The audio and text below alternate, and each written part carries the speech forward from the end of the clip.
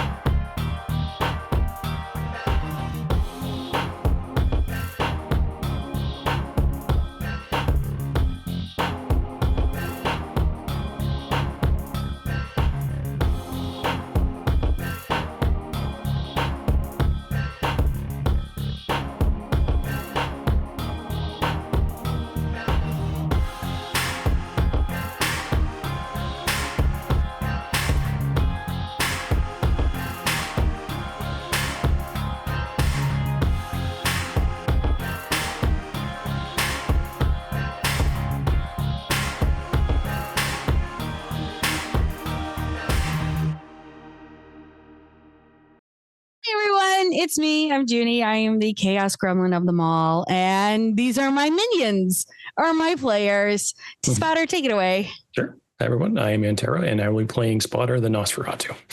Hey, everybody. I'm Mama McStabber, and I'll be playing Dr. Taylor Hammond of Clan Bruja. Hello, everyone. I'm Ree, and I'll be playing Kajai of Clan La Sombra.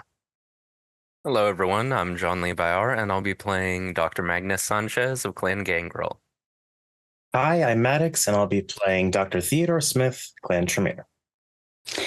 We're starting off with 2 scenes tonight, and we're going to be splitting them off interchangeably. But for right now, we're going to start with Taylor, Kajai, and Magnus over at the cell block.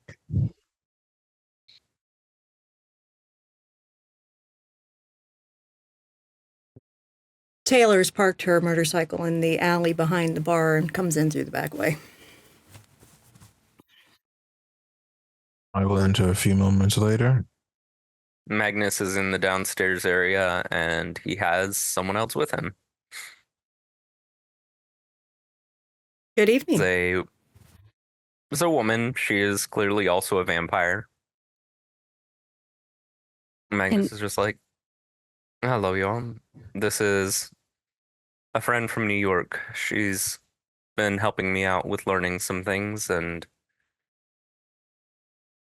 well, I told her what was going on. She wanted to tag along.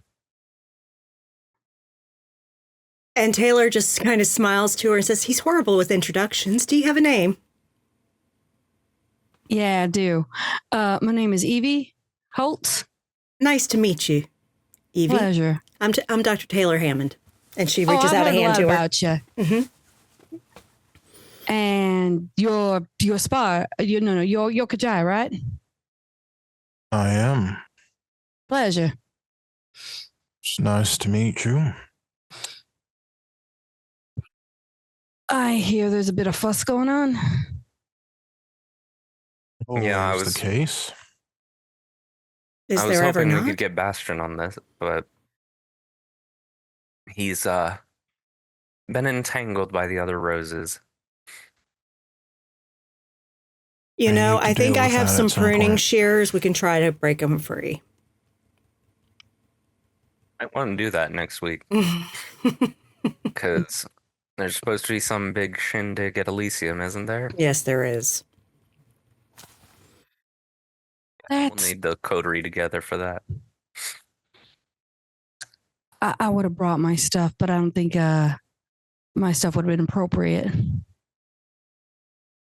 I'm up in Montana usually, so you can imagine what I could bring along. It's beautiful country out there. Sure is. I woke up on a ranch up there. Nice. Oh, yeah, good times. Do a lot of horsing and herding and whatnot. Oh, nice. I used to love riding horses. Still do. If you ever want to come on up, you're more than welcome to. Well, thank you. Appreciate that. Of course. And she is keeping her hat like down low. Do you need other people for this? And Taylor looks to Magnus as well, since we don't have Bastion. We know another crack shot. True, we could contact Josephine about that. My ghoul is also capable with a rifle, if need be. Yeah. What exactly are we up against, Magnus? A she. Okay, explain that to someone who doesn't know all about the Fae. Essentially, they are think of them as being like a mix between a Toreador and a Ventru. So they're the nobility of the Fae. Yes. But I Mon have it Dieu. on good authority, this one is not going to be missed. Well, that's lovely. Most aren't usually missed. But what does that mean as far as capabilities? Do you know? From what I've heard, they typically are good with at least one kind of combat, and their innate gift is a bit like dominate, a bit like presence. They call it sovereign. But Of course they do. You're If we- sure his death won't spark conflict between us and the Fae? yes, I verified that before putting this together. Are any of them helping out? Not as far as I know, he tends to hang out actually around Toreador. He doesn't seem to spend a lot of time among his own kind. He's a Fae hanging Yes. around vampires. That's what I found. He spends a lot of time at art galleries that are run by Toreador. You said he's a decent combatant. Would he agree to fight me one-on-one in some sort of show of honor or whatever? This man cursed my mother, my brother, me, and my wife, all out of a petty vindictiveness that my mother didn't agree to marry him and married my father instead. I wouldn't count honor as being worth very much with him. So this is more of a personal fight. Are you prepared to do what's necessary to kill him? Magnus reaches into his coat and pulls out a very well-maintained, but you can all tell it's a very old revolver. And he just holds it up and says, I put cold iron bullets in this that I made myself. I'm not just going to kill him. I am going to destroy his soul. And what if killing him requires you to sacrifice innocent humans in the process?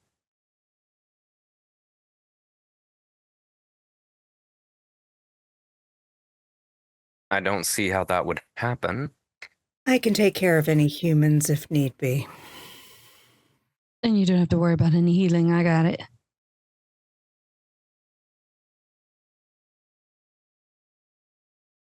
All right. We do this, I have to know you won't get consumed with revenge and lose yourself to the fight. No. Very well. Then I'll I have call a trick or Josephine. two. And she steps into the hallway to call Josephine so that y'all can continue your conversation. I have a few things that if the beast gets a little wild, I can tame it.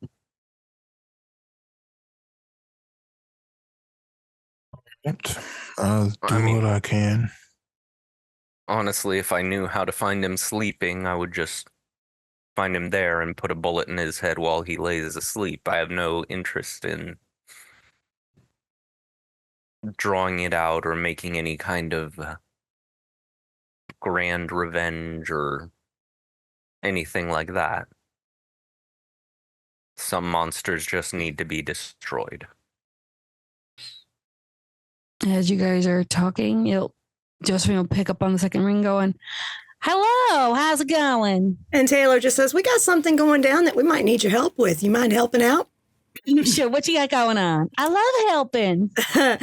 Well, let's just say there's a problem that we need to put a button into.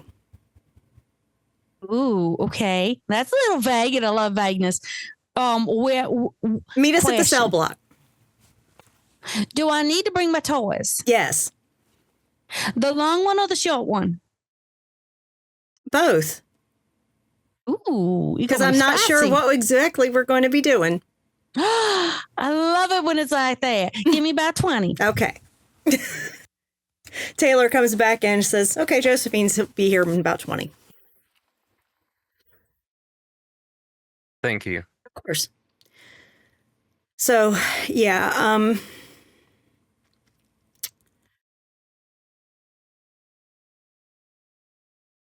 Does he have to be able to speak to use that power? Yes. Yes.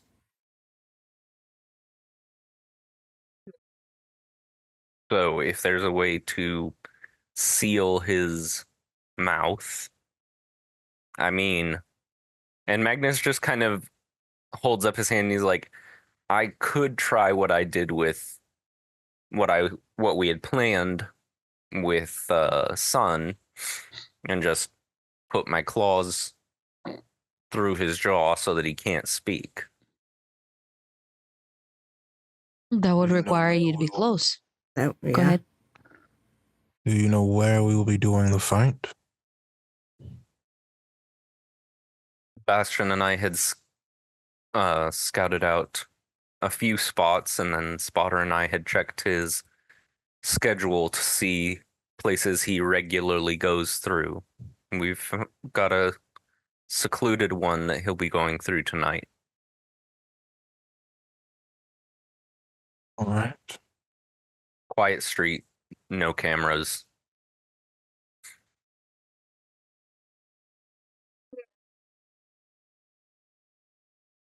Do you need me going in to ensure he comes out alone?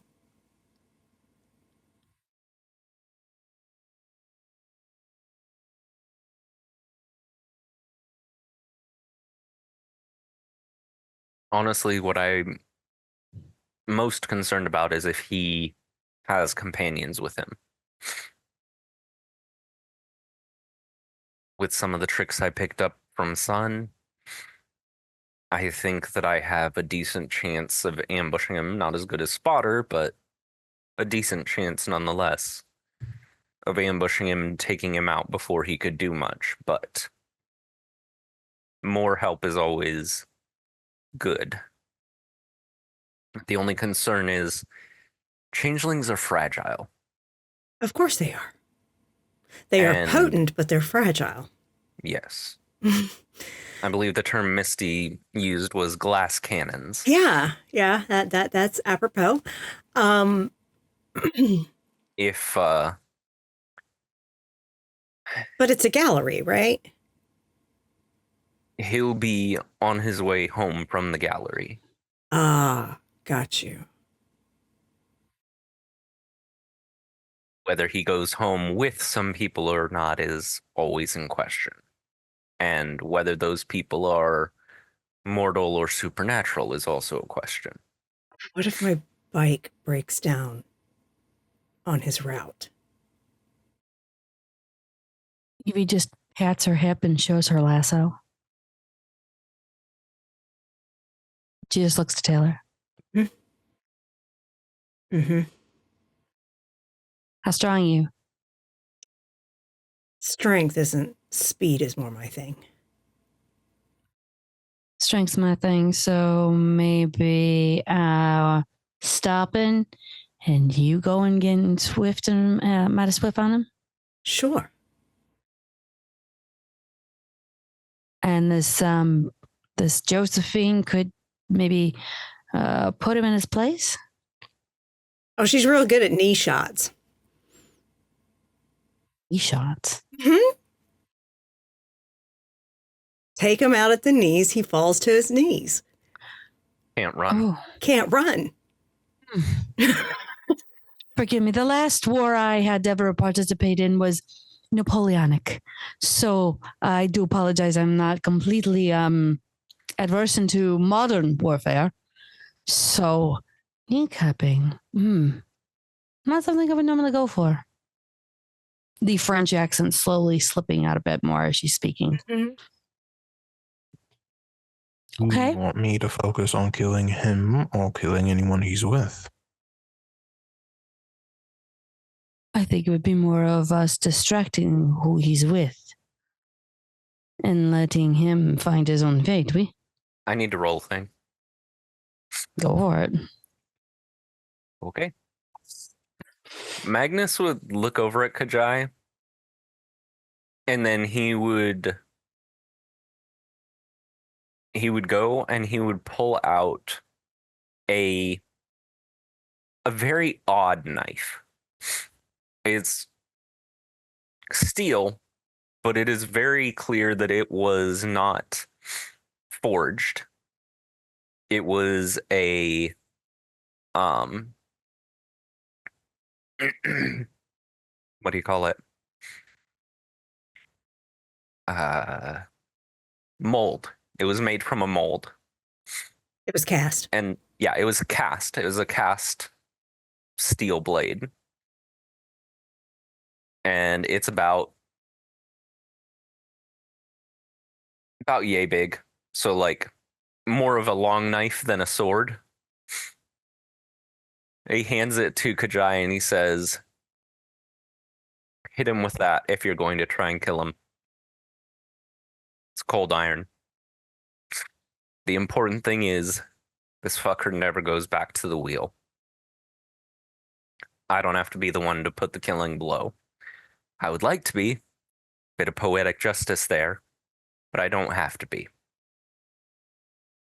May have a way of keeping him from moving for a time, if you prefer. Something I haven't exactly used because of its implications.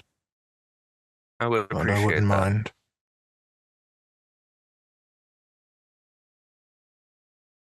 You hear the Remind you that if we do this, we have to kill him no matter the cost. Yes.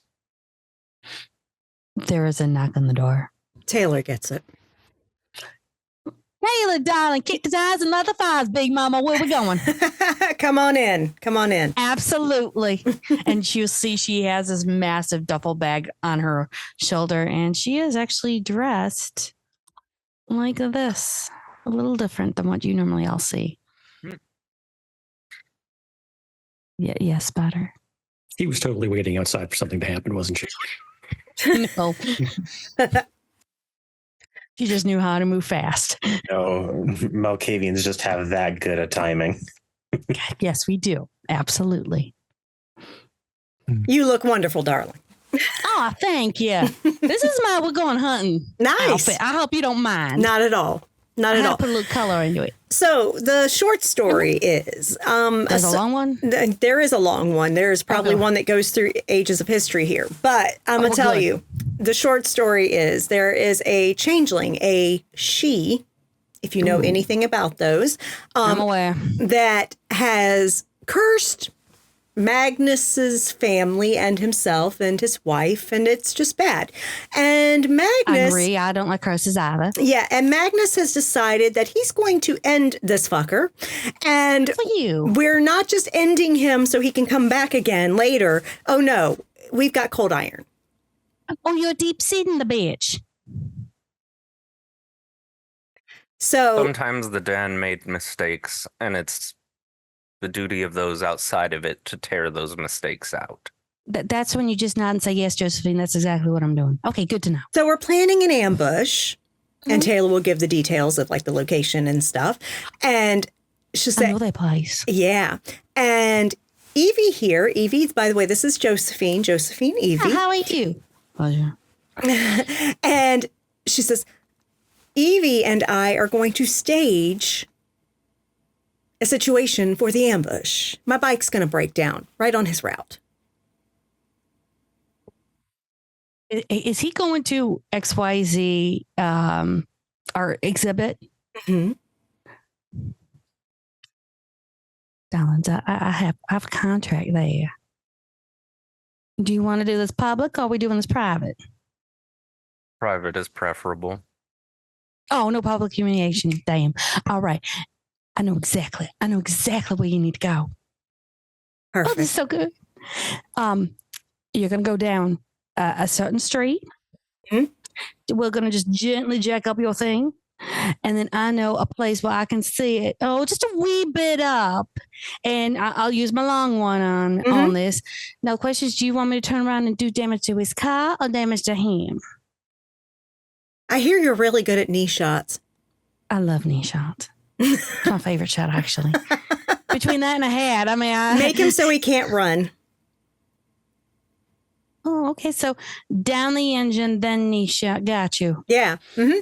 Because our plan is that Evie's going to be by the bike while I basically jump him because I'm quick and basically hogtie the bastard.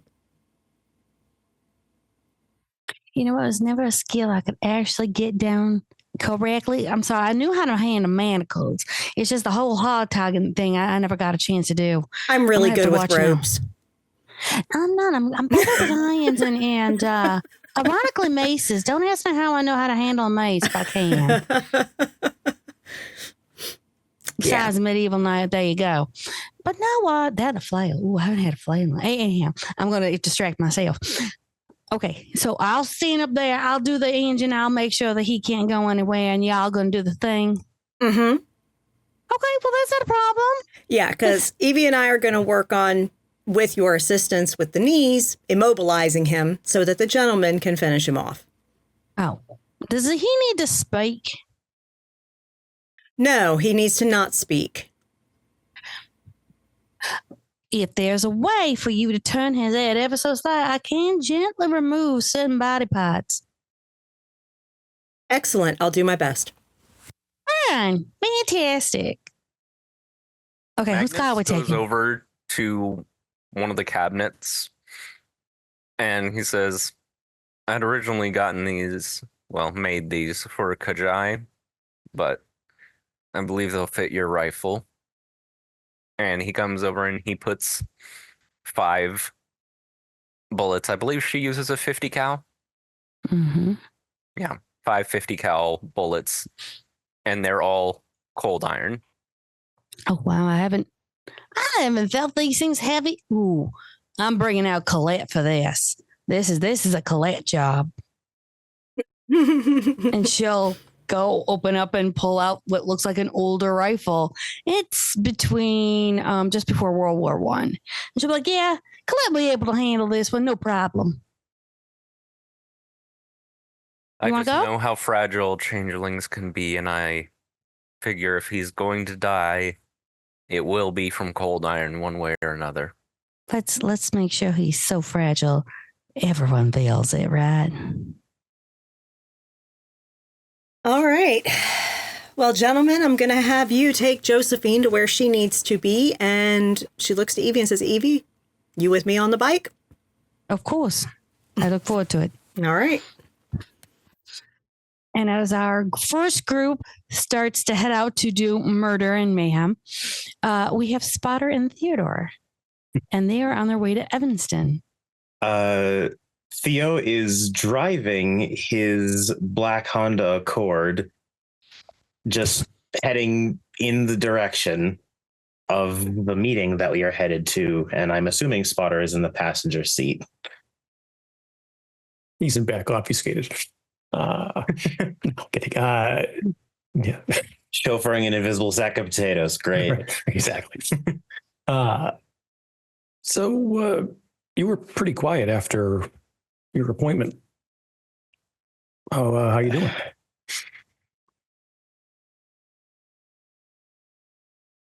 I'm trying to figure some things out. Sure.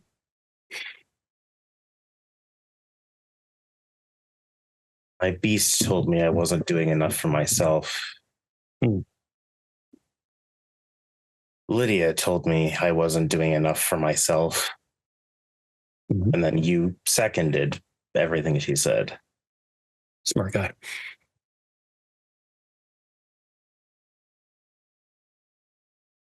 I don't even know what to think about it.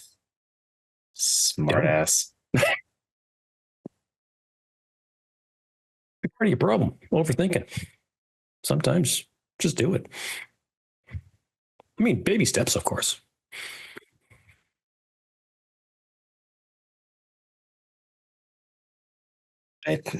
I'll try for the single step method for now. Sure. It'll help keep me on track. Hmm. Okay, and Theo accidentally like hits the horn for a second and like startles himself. No, didn't mean to do that. Sorry. I initially, when I was looking to meet with this group, Mhm. it was at first just a curiosity. Mhm. But as I started thinking about it, the more I started realizing that a lot of things line up with being them. Helping you with any sort of flood prevention in the future, being chief among them. Thank you. I've tried a few small experiments with dirt, rock, soil, but I'm not getting the results that I'm wanting. Okay. Tzimisce, at least historically, at one point, could speak to the land. If That's you a can neat trick. speak to the land, what else could you do? Hmm. I'm trying to see if there's a way to help the earth reinforce itself around those tunnels so that it doesn't have any chance of rupture and more water. I wonder if that's anything like what some gangrel can do that I've heard. It's possible. Hmm. I'm sure it's got its own rules, same as everything else. True. Always got to have rules. And then someone said we need allies for Maxwell. Oh, yeah. We are going to need a boatload of allies. And the one thing of my clan's history, one thing that is drilled into us, the Tzimisce are a hard fight. I spoke to Gajai and Magnus during the week about what they encountered in New York. And that may be an understatement. The bottom line is, if they aren't Ash, assume they're alive. It seems a very rational thought process. Yes. So I figured, I will also say, I've brought you here first as backup, general accompaniment, and truthfully, sort of social backup. Okay. Because there's Tzimisce. I don't know how they're going to react to me. They've been in Chicago a while from what I was able to dig up. I've heard of them here and there, but I've never interacted with them.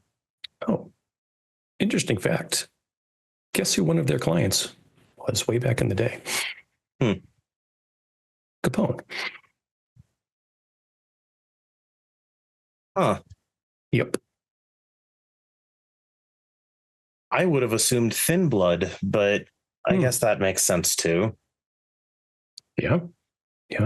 But these particular Tzimisce, the head doctor, the lead surgeon is Dr. I'm going to say this wrong, Blazovic. All right. Never met her. I don't know much else, but they seem content to stay out of the normal Chicago BS. So that's why I think the potential ally recruitment for the eventual fight against Maxwell is maybe not something I need to bring up this meeting, but no. I'm uncertain. No, I think you're right. I think make some inroads with them. See what they have to offer. See what you have to offer. Sort of thing. I'm not certain what I could offer them. That is something I'm still having trouble deciding. What about, well, I guess you can still think about it, but you are interested in making a school. That may interest them. I've had some consultation on that since you last heard about it, which I think helped. I need to speak with Taylor and see if she can help introduce me to someone. You need me to poke around with what I can see. Magic tends to like where the ley lines. If you can find even just a small intersection, I wouldn't turn the assistants down. Okay. Not in the slightest. Okay. I can do that. Okay.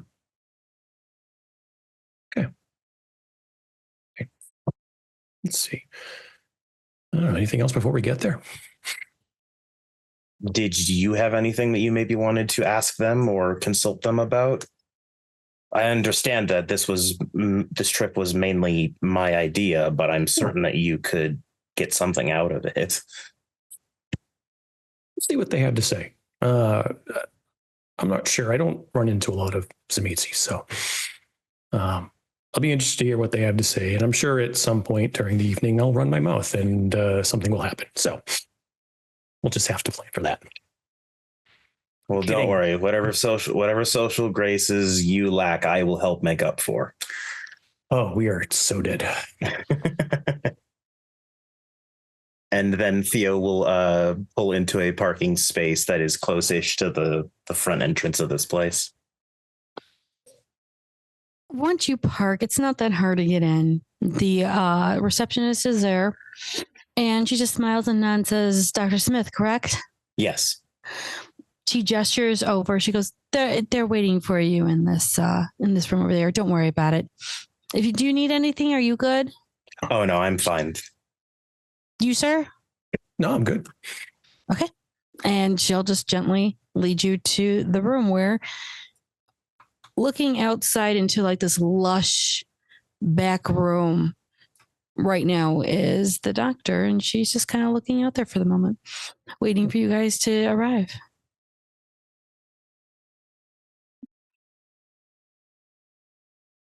Yeah. Her pictures in Hidden City, of course. I was just double checking on it. Absolutely. Dr. Blazovic? She'll turn around and go, "Oh, yes. Hello. How are you doing?" I believe I'm pronouncing that right. And Theo will actually step forward and extend his hand. For an American, yes, of course. And she'll extend hers. Pleasure to meet you. It takes me a while with languages, but once I learn them, I feel I keep the knowledge rather well. That's fair. Mr. And she'll look to Spotter. Oh, he'll hold his hand. Spotter. Pleasure to meet you. Would you guys like to sit down? My associate won't be here for just a few more minutes. Sure. Theo will take a seat, set his doctor's bag in front of him. What do you practice? Primarily lately it has been surgery. There's been some fighting on the streets and people keep showing up at my door. Well, if you didn't have a good practice, then people wouldn't be showing up, correct? True. And I have discount for the locals in the neighborhood I'm in. They seem to appreciate it. That is fair. What do you do, Mr. Spotter? Things here and there. Keep my eyes open. Keep my eyes on Chicago. Well, given your family's lineage, clearly, I wasn't sure if you did anything more in the effect of, I don't know, private security or maybe PI work or something. I've never seen a combination between the two of you before. No, Families, I say. No PI. If you want to put it under category, PI is probably closest. Private security, that's not my thing. What is your thing? Keep my eyes open for the old girl down south. Oh, well, that is good to know. So what can I do for both of you? And she'll look between the both of you. I have come with a few possible questions. I'm not certain if you'll be willing to, or able to answer them, but you would be one to ask. I was told that you are a very direct and forward person. It is nice to see just how direct you are. And I don't know for certain if this would help. And Theo's going to reach down, open up his doctor's bag, and take out a small glass jar, corked with what looks like just a decent bit of like stone dust and soil, and he just sets it on the table in front. This is a sample of rock, dirt, and a few other things found in the earth that I have been trying to effect. But I find that my expertise does not lean itself to most elements. You And need a I've- special path for this? I was more wondering if there could be a collaboration should any of you or yours have such talents. Oh, you're talking the old ways, aren't you? Yes. I know so little about them, which is why I said consultation. May I ask you how old you are? Into my hundreds, but not past 200. And I take it your old ways are lost. Uncertain. Me and mine tend to keep very detailed notes. Mm. What you're asking me is called codonic sorcery. You do realize this, yes? I've heard the name. I know little and next to nothing about it. I don't even know if it's still possible to find it in the modern day. It is to those that have not lost the practice. How old do you think I am?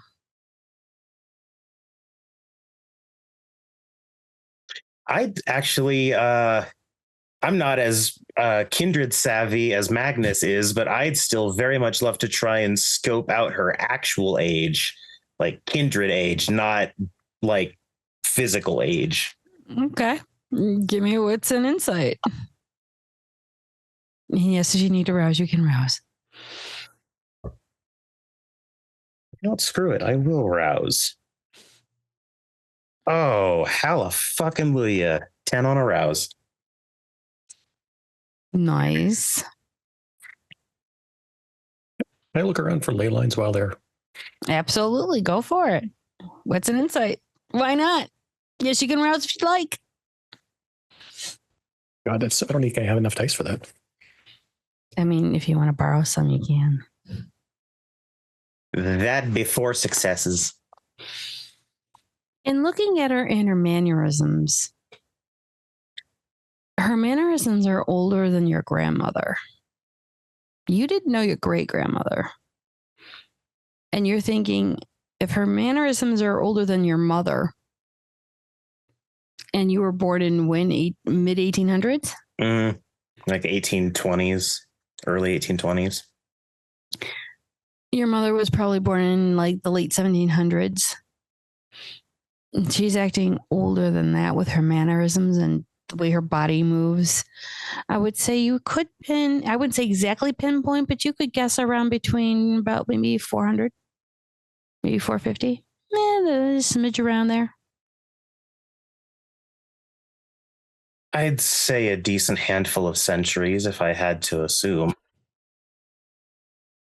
What if I told you that I am not from the old world, but my sire was?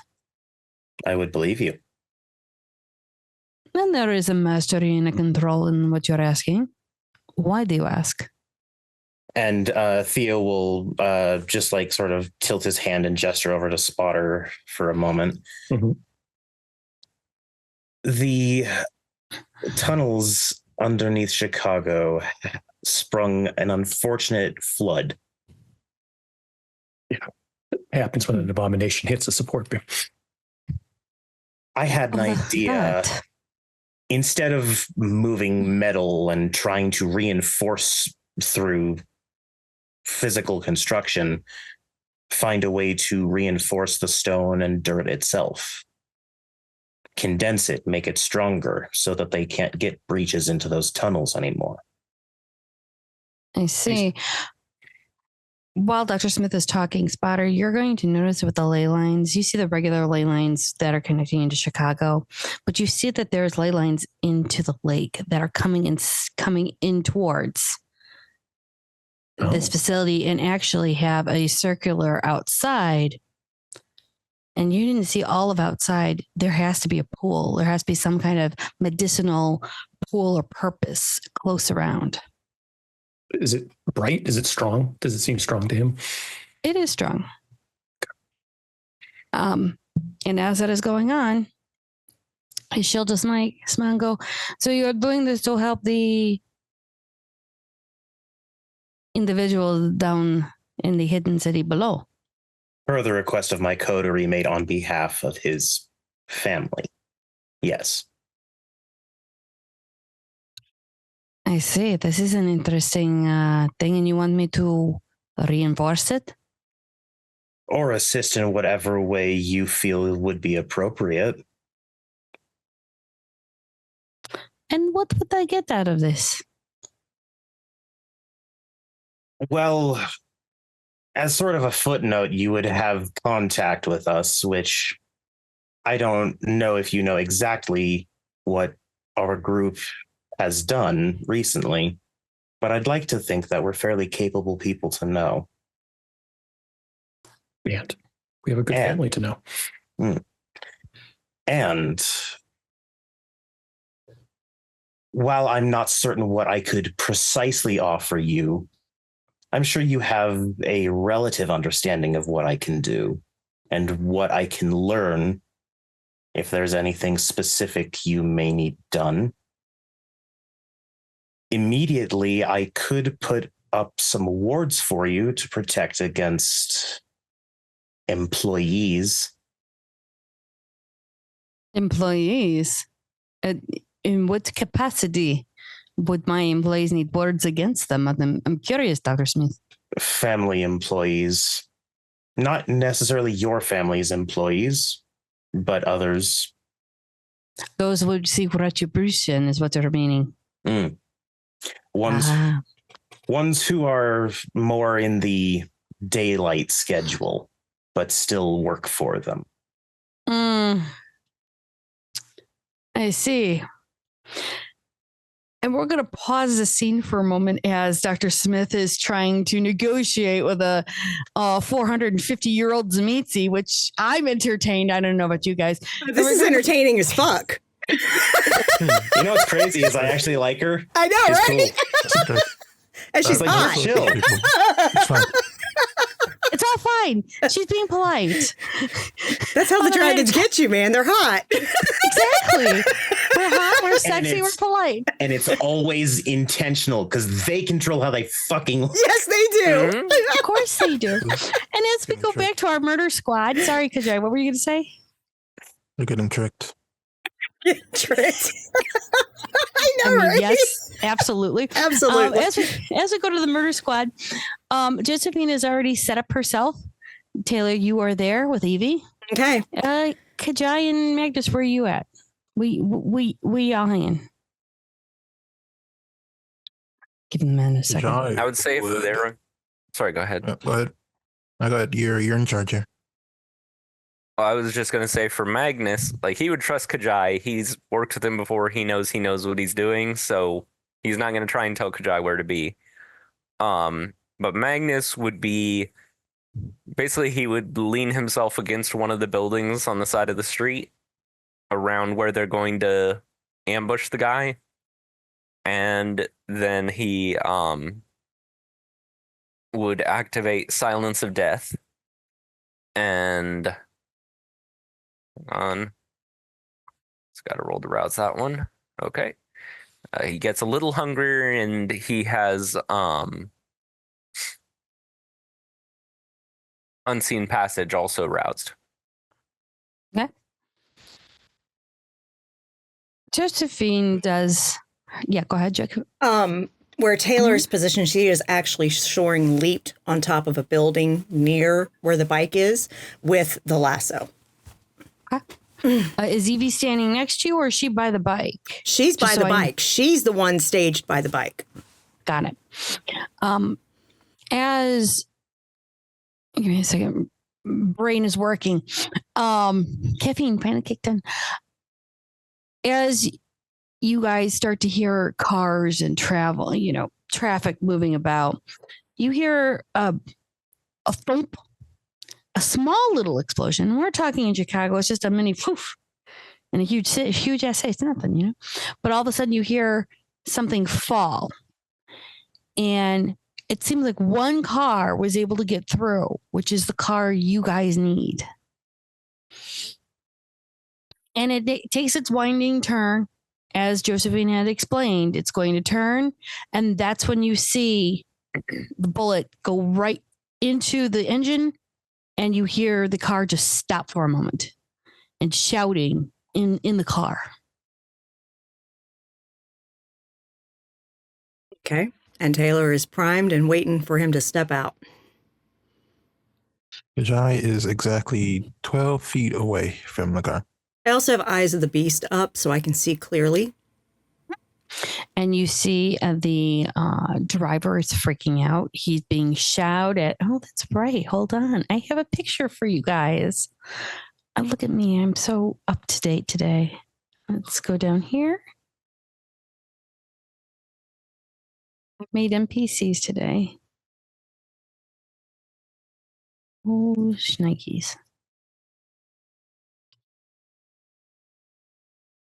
And you see, apologies for the last name goof up. That is Ricardo in the back yelling in Spanish. I'm not going to try and even butcher that language. At his driver, and his driver is just like trying to calm down the situation and trying to find out what's wrong. And you'll see the driver come out, run around to pop the hood to find out what's going on. And you see him leaning back in the moment in the backseat of the car, picking up a phone and calling it, and calling somebody.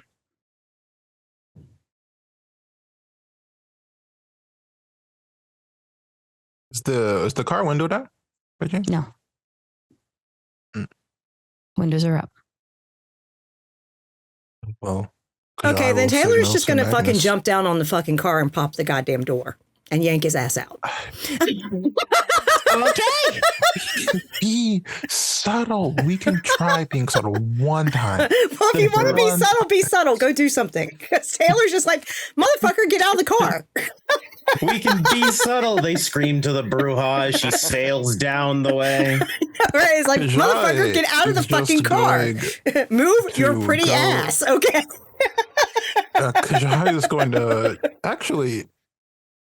The first person's car door is open, correct? The driver closed his door after he exited the vehicle. He's a good driver. He's a smart driver. Okay. Well, I have to ask you a question about shadow physics. I would like these arms of Armon, but could they go through like holes in the door? I imagine his car isn't shadowed height. Yeah, I'm sure you could actually turn around and use them to open the door if you so chose. Fine, I wanted to be stealthy with it, but you know what? Fine, I'll just. You're Lasombra. What's stealth? Their whole MO. Does arms have to be attached to the Lasombra's shadows, or can they summon them anywhere within range of sight? He can summon them anywhere he wants to. If he wants to send them inside the car, he can. Him inside the car. That's the whole thing. I just do that. I just do that. Rouse check is a success, by the way. Okay. And I will also rouse wits if that is okay. Okay. Beautiful. Oh my goodness. Success. All right. So you're popping doors. Dr. Hammond is popping doors. No, I'm not popping doors. Not if he's doing it. Okay.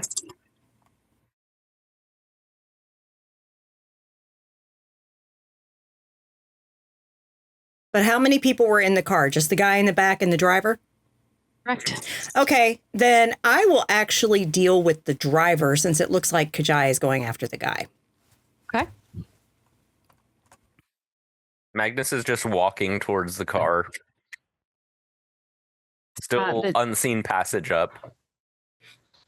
The driver's looking at the engine. He is trying to figure out what's going on. He realizes that it was shot. He is now putting the hood down pretty quickly, and he's going to be running towards the car door. 8 successes. All right. You have 8 successes on arms or armor, and you're putting him in the into the car, correct? Mm-hmm. Gonna grab him up. Okay. Give me a grapple roll. That would be the arms of Armon roll, I believe. Mm-hmm. So 8 successes on. Okay, so I soaring leap down next to the driver and immediately wrap him up in the lasso. I did my dex brawl for that, and I got 7 successes with a crit. Okay. Need more dice. All right, and you've got 8 successes on your Arns of Aramon for the grapple. That is correct. Yeah, you hog time, not a problem. Absolutely, he failed. He only got a 4. And then she's just going to drag his ass away. Sure, he's under protest, but I mean, he can protest all he wants. He ain't moving. Literally, he can't move because she has his ass hogtied. Yes, he does. Evie's just smiling, looking down. Evie's just smiling, watching all of this. Like, okay, I'm just standing here. And you've Sure to Magnus. You've grappled him. Did you cover his mouth? Yes. 100%. Okay. There'd be darkness. Yes. Okay. I had to say the sentence out loud. That's fine. I had to ask because I was already prepped with a roll. Okay. He has his mouth covered. He can't say anything. He is struggling against the arms. He didn't actually win on that one because he had his powers in other things. And Evie will just go on. Puts the gun to his forehead and pulls the trigger. I was a whole lot of it. Okay. And as you do that, you shoot him right there, point blank range. He does look directly at you. Mm-hmm. He looks completely pissed off. Oh, Magnus's face is like that's the one thing. Magnus has not changed his face since he was embraced. Magnus is fucking stoic though. So he just stoic as fuck. Mm-hmm. So if he watched Magnus die in the fire. Mm-hmm. He did. And until so you die and get embraced. Yeah. And he sees Magnus right there. Magnus just looks at him.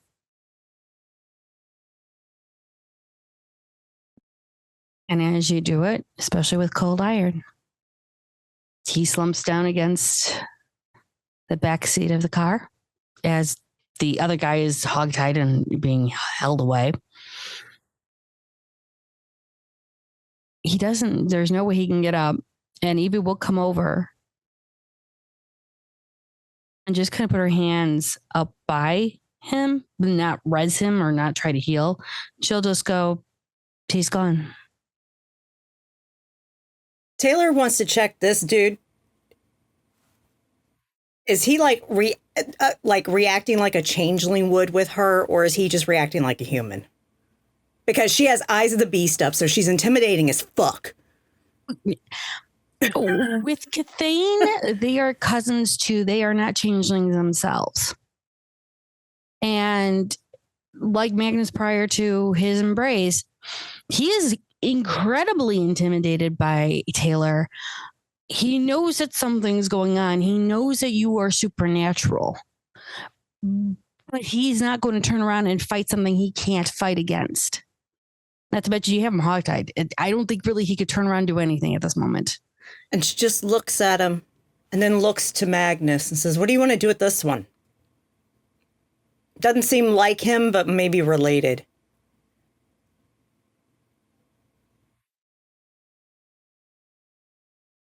You know what? Hang on, I need to check my sheet real quick.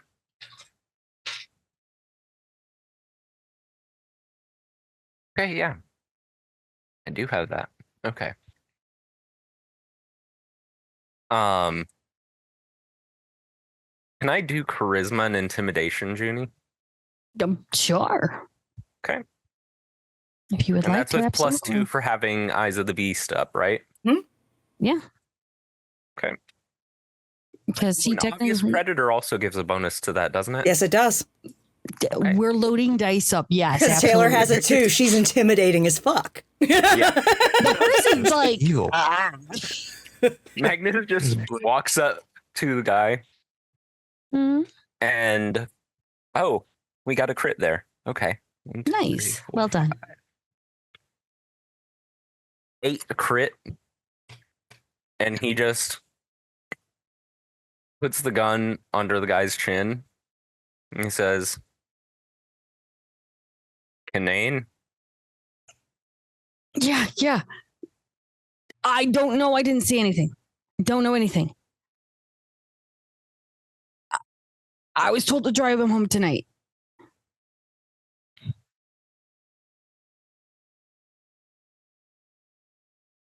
This was personal. Dude, I don't want trouble with the court. Hey, listen, Taylor Let me does tell a him. quick flip of her wrist, and the whole tying comes undone. there's Robin. Is it? What do you want me to tell him? I don't care. Tell me what you want. Look, I don't like the Tell them. guy. Don't like him. Just what? Yeah. He was a bit too free with his curses and he cursed the wrong family. Done. No problem. I will totally say that. No problem.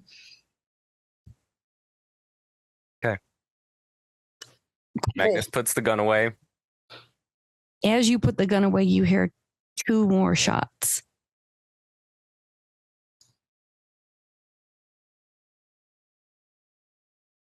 Where are they from? They're from where Josephine was up stationed. What was she shooting? Yeah. A third one ricochets out because you gave her 5 shots. And then you'll hear, I think I got him.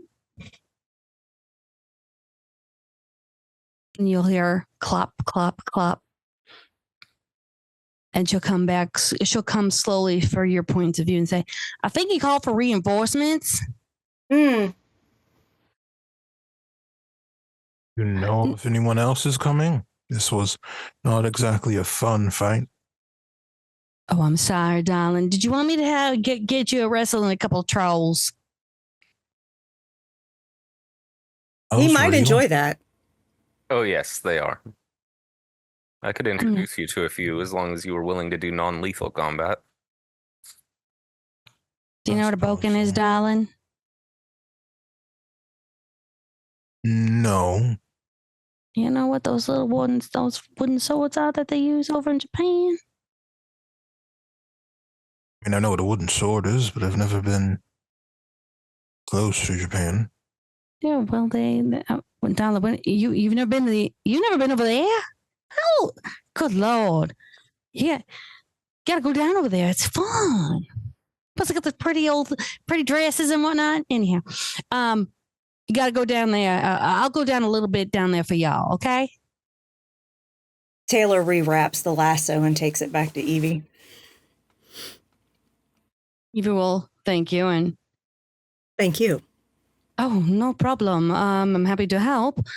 I'm assuming, would you like me to take care of the body, or is there some way you want to prepare it, or? I have somewhere I can take it. Magnus, deliver it to my place. All right. And you can grab the others as well. My garden will eat well tonight. I'm sorry.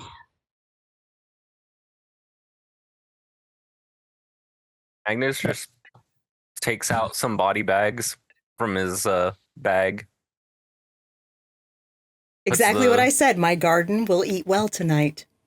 I never knew that we could use this for fertilizer, but Absolutely, we can with the right magic. okay, I understand very well. I actually have I have bags for you then. I brought some back from New York. Excellent.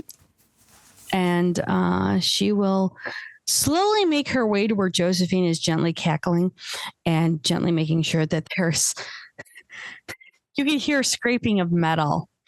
And there's this it's not an unnerving, but it's this kind of like kind of almost like crazy cackle. And she'll go, they didn't even see me coming. I'm so disappointed. I thought they would have more awareness. Hey, they're so slow nowadays. It's all right. We'll find you a real challenge next time, Josie. Promise. Promise. All right. Then we have to find Kajai some trolls. So Yeah. that's fine. I have no problem with that. Oh my. What y'all doing the rest of the night?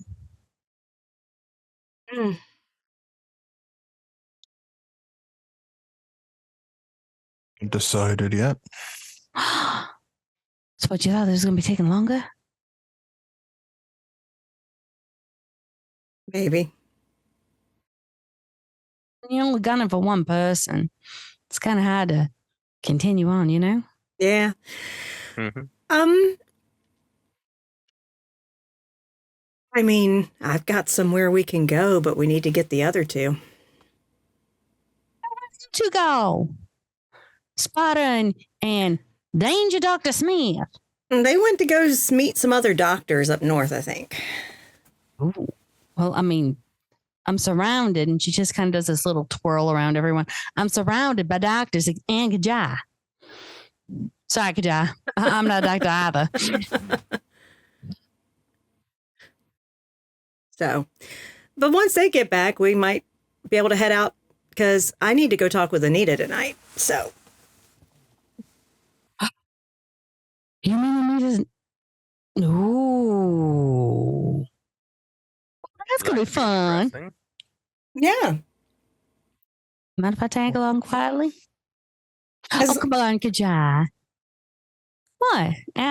You might as well get to know some of them because they will be in court and council on occasion. And think about the diplomacy and just how better we can make everything so peaceful. Yes, I'm sure they will have many great things that we should be doing. I mean, we should just be turning around and killing Sabat, maybe putting most of the annex to heel. But at the same time, we got to make friends and influence people. Read that book one time. Hey, Evie, let me see that lasso again. Evie just smiles and goes, here you go. And she holds it and says, Kajai, do I need to hog tie you and put you on the back of my bike? Good glory. Magnus is just loading bodies into the SUV right now. Each one in a body bag so it doesn't get blood everywhere. Yeah. Evie will help, and Evie will show you the biodegradable body bag she had brought for you. Mm-hmm. Oh, he had some as well. Okay. Live So a Evie will little, help you with that. Kajai. Come meet the other side because they're going to be dealing with you in your role. If you don't meet the other side, then how can you turn around and beat him in a four-dimensional chest? You can't, can you? I don't think most of them are old enough for something like that, but I will go. Darling, are you saying that you're older than everyone else? Most people that will call themselves Enox, probably. Somebody seems a little ageist. Come on. Come on, why Taylor just pats him on the shoulder, says he's just our old man. It's fine. Hold on. And she'll fiddle into one of her pockets and pull out old glasses, and she'll gently put them on to Kajai. And she'll go, okay, Grandpa, there you are. Now I have a cane. You can just gently walk in there, and we'll put a little cloak on you. How's that? He just needs a porch and a rocking chair and some kids to yell at.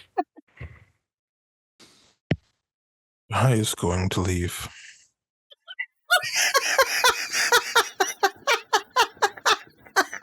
Look, I'm just happy to know that it's not just me the coterie teases relentlessly.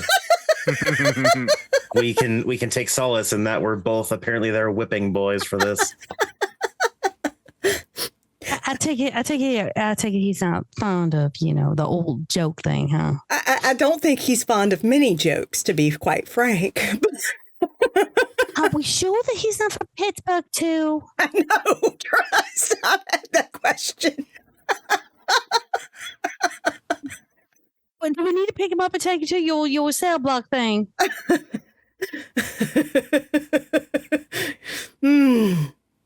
I mean, we could do something with that lasso. I mean, really. Oh, I know. No, he'll go. He's just gonna go do his thing right now. All right, I'll help the other two with the bodies because there's some big boys. There's some big beefy boys down the way. I'll go help. Okay. And as people are putting bodies into cars, Theodore and Spotter, we're going back to you now. Hello. And as you guys, Theodore, you were asked a question of what were you going to give in payment or something close to that. And I believe the ultimate offer that I've come up with was two-sided, one either or both if they desire. One is, sorry, had to clear my throat. Magical consultation for the stuff that I would actually be an expert in and all that stuff. If they have like items they need to identify or figure out, stuff like that, curses, or if there's like, hey, what's this weird enchantment on this building, shit like that. Or if they want a mundane side, I was thinking I could give them like a business card and then I could start sending them referrals to help start interconnecting myself a little bit into their system, just so that they know I'm another location that they can exchange like medical like knowledge and information with. That's the initial start of the offer anyways. She nods and she takes the card and she looks and says, I heard that there is a possibility of you are bringing your clan back into the fold. In what sense? The Camarilla, we all know you fell. Oh. Abraham has been, shall we say, MIA. Thank the gods. Not exactly a fan of him. Most aren't, I've come to realize. I've never even met the man, but I know so much about him. Yes, well, I do have a associate that would love to come back into the fold if there was a chance. That, shall we say, the Camarilla was allowing your clan to come back? They would have to be introduced to the prince, but Which is that's just Camarilla protocol. Oh, that would be Prince Kevin Jackson of Clan Ventru. Peterson's gone. Oh yes. She'll lean back in her chair for a moment and she'll go, did you hear that? And then she'll look back at the two gentlemen going, when did this happen? When we helped Jackson take power. We told you, we're a very effective coterie. And you guys did this. He didn't even tell us to keep it a secret. She ponders this as you hear the click-clacks of heels. And this woman comes to the door and kind of slides her head and part of her body. What? I can only offer myself as tribute to so many NPCs. I told you were going to meet these people. I can't help this. You were prepared. This is your problem. That's true. It is my problem. She'll slide herself against the door for a moment. And the smell of what smells like there's lavender, rose, there's I'm not saying patchouli because patchouli is overused. Sandalwood. There's a lot of like 1960 smells coming through into this room. And she'll just lean against and go, really? Peterson's gone. He is gone. And the doctor will gently have her come in and she'll just smile at both of you. How gone is gone? Still in existence as far as I know, but Out of character, Taylor has not told y'all that she witnessed Kevin destroying him. And Spotter will look at Dr. Smith and say, given who's advising him, do you think that's true? maybe not forever and maybe not at all, but my current information stands as it was. Fair. She'll slowly walk to you both and go, my name is Isada Helmsworth. Spotter. Pleasure. She has a Theodore. warm hand. Well, if that's true, love to go back. I do miss, shall we say, some of Chicago. We had a very good scene down there back in the day. It's revitalizing, slowly but surely. I'd love any input you might have on the project if you would like to take a look. I found a couple locations that might be an excellent starting point. I like things close to water. Noted. I'll look. And she'll just kind of swirl her fingers around. You see a little bits of droplets coming under her fingers. They work so well with certain things. We should talk later. Let's do lunch, dinner, better. You do dinner? Well, no, but I mean, I'm all about having, a couple of people around the hookah and smoking and then just talking about certain things. And then maybe not. They're so enraptured in whatever they were smoking that, their wrist happened to find in my, to my lips and I may have kissed it. And then, oops, the fang slides in. I'm down for that. If you're talking dinner. I could do dinner that way. Cool. Any particular, do you imbibe any at all or no? On Yes. occasion. Oh, I'm talking about, how do I say this? And the doctor just smiles and goes, do you do any recreational medicine that was not approved by the FDA. Thank you. I don't know. I've never tried any of it. Isida just smiles brightly like, oh, you missed the 60s, didn't you? No, I was reading for most of the 60s. Let's just say I had a very big scene here with the friendly types. 60s in Chicago were a wild time. They were. Especially, a certain Democratic convention in 68, but Sure. hey. Couple of protests between friends. Yeah. I'd only heard something Great. about some music festival on a farm in New York. Beyond that, I hadn't heard much of the 60s. Yeah. Kind of pissed at that one. Was really upset at the third day. Fucker turned me.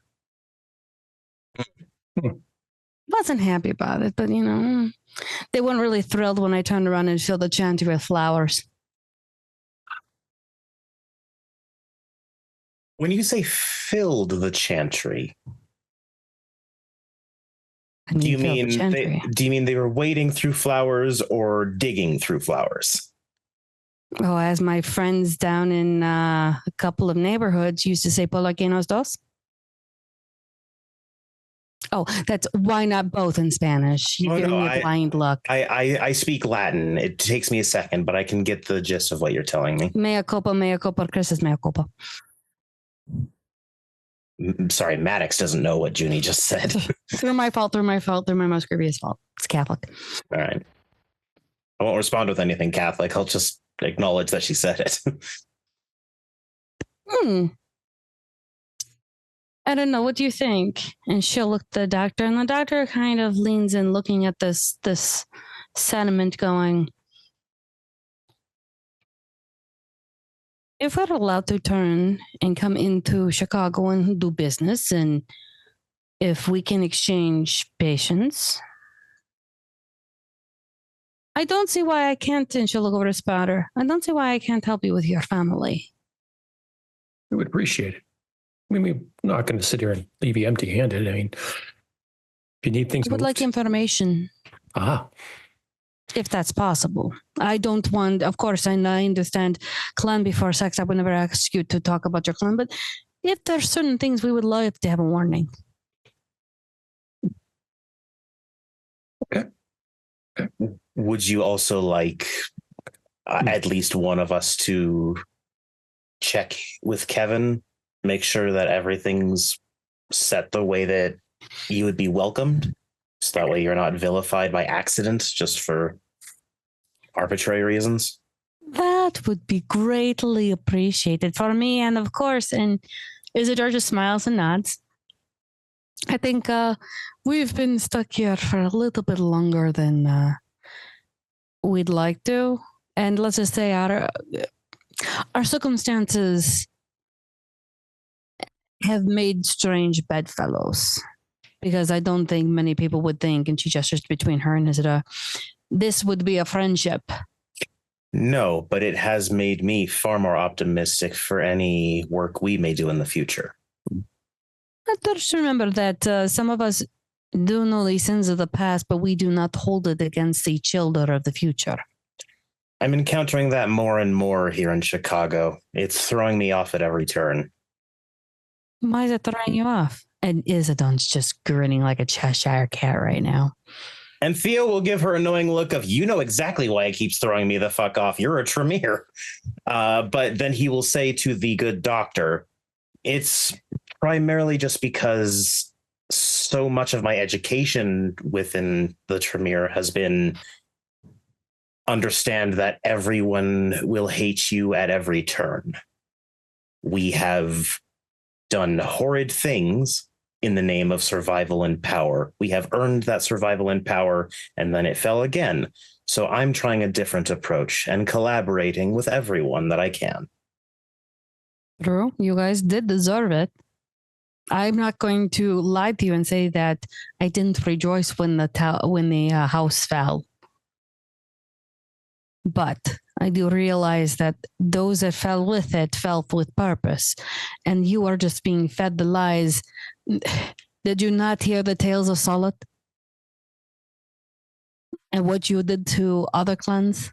Oh, yes, many. I'm not denying that we have... Those people who did that should be held accountable. Unfortunately, you are dealing with the sins of the father. Have you ever committed any sins? Yes, but they were my own.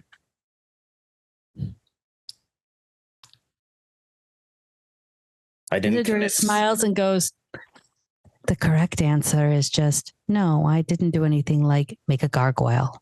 Oh, you mean actual sins? No.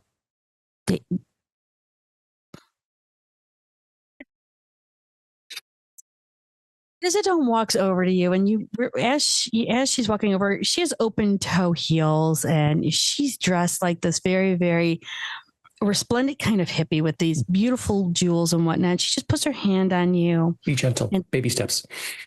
She just gently pats you on the shoulder and goes, "You don't recognize sarcasm, or are you just kind of working your way through it to try and understand it?" Porque no los dos. Sheldon, got it. Don't worry. You stop by my place. We'll get you really loosened up to the point no one will recognize you anymore. Bring your friends. I'm for it. Why not? Thea would like to, not necessarily secretly, but like just making sure that people don't see the contents of it. He would like to palm a piece of paper from one of his notebooks to her. Mm-hmm. Okay. And it's written in Latin because all Tremere speak fucking Latin. and it just very simply says, should you ever wish for extra research aids, I have some interesting assistants should you need them. She'll palm it and kind of just, and it's a graceful kind of palm, turn, put her hands together and just give you a nod like, sure, why not? I might also have some things you might want to know too. Fantastic. Not to mention, and she'll just gesture to the ground. That's something I can't do. And she'll point to Spotter and go, but your problem I can help you with. We would appreciate it. Sure. Anytime you want to take me down there, let me know. Got it. It's a hell of a ride. I'm all for new experiences on this baby. Why not? All right. If you're not here for the ride, then why are you here? You know? Hey, I like this lady. Oh, the lady has a name though, Mr. Spotter. You can say it, right? Is Isolda? Isolde? Isadola. Isadola. It's German, I know. Trust me. Most people are like, oh, what's the name? Yeah. I picked a really easy American name, a Helmsworth. Yeah. And she just turns around and dips into her side of her dress and she pulls out 2 business cards for you both. Thank you. I also exchanged my number. I don't have cards. Yeah, I happily accept. So let me know. I'm always good for fun. Not to mention, I've always wanted to go down there. How exciting was it? You have to tell me. And the doctor leads in going, how eye-opening. Oh. They're looking at Spotter now for a moment. No spoilers. But we'll say you built your hospital on a significant location. How so? It's very conducive to people like the good doctor and our friend Isolde. She goes, oh, you noticed the water, huh? Nice. Wait, that means that you can see everything? I don't know about everything, but... They just look at each other for a moment, and Isolde goes, would you come with me? And she'll grab Spotter's hand and try and lead him out of the room. Oh no, the horror. All right, if Spotter's not freaking out, I won't freak out, and I'll just sit back and wait. And the doctor will look at you and go, do you want any refreshments? She might be a little bit for a moment. No, thank you, doctor. I believe I'm fine. I must say, thank you for letting me be your guest. This has been far less intense than I was expecting. Well, you've been polite and you've had manners. Why would I say no to this? I brushed up on some of the culture before coming here. That is wise. Whoever gave you the advice is very good. My sire. Your sire gave you all of the advice that you have just implemented today. And a bit more, but 90%. As a Tog Spotter, you're getting wielded by this woman who's got strength.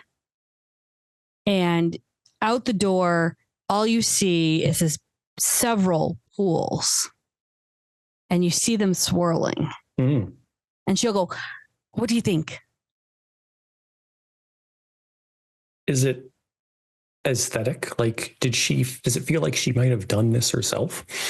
The pools are done in a very aesthetic way where it looks like healing pools with lots of flowers, with a lot of herbalism being put into it. More of like you're walking into kind of a health spa. Oh. I get the feeling that this place is very... He's still looking around. He's like kind of wandering now because now he can see it, and it's, he gets a little zoned out when he sees he's looking at the ley lines. Is this place therapeutic for the kind, us? No, I'd say everyone is filled with 70% of water. Yeah, that is a fair point. Mm-hmm. It's beautiful. If you move the water around you, you can turn around and definitely isolate and move things through. Why not? So you like no one has been able to see this, so I'm excited. It's I've never seen anything like this in Chicago. In Chicago, it's more like veins. Right. Most of all the places I had were all destroyed back in the early 70s. Oh, that's a shame. And then we were chased out of it. So been working on this for the past 30 years. Would you be interested in meeting others that might be interested in gardens? Sure, why not? I'm a hippie. What do you expect me to do? Say no? I think you might like this person. Okay, I'm down. We might bring you back to Dr. Smith. He might think I stole you. Oh, no, we are making him sweat. Oh, we are? Oh, yes. We are going to take a walk around the garden first. Oh, I like you. And she'll just hook her arm around you and they will take a stroll around the garden. And as they do that, we are going to go to break. All right, we'll be back in 10, everyone. Hi, everyone. We're back. So we're going to wrap everything up real nice and pretty for you all with a nice bow. So we're going to say with the murder squad, because that's what we've deemed them now. They have stored the bodies, cleaned up everything. Josephine kind of prodded and poked until she had to realize she had to deal with cars and getting them out. Oh, and clean up a little bit of the traffic that she stopped because clean kill and shit. Taylor, I'm assuming that you let the bodies go into your garden. Yes, she would have taken care of that because her garden is a viscera garden and it will actually decompose the bodies and feed the plants with them. So you have 4 dead bodies there. Mm-hmm. And her garden is eating well tonight. Fantastic. Where are you guys going to kind of wait up for the other 2? Where's the meetup spot for y'all? Meet there. To you guys. And just go back to the Haven. Yeah, we can meet up at the cell block to go from there. Okay.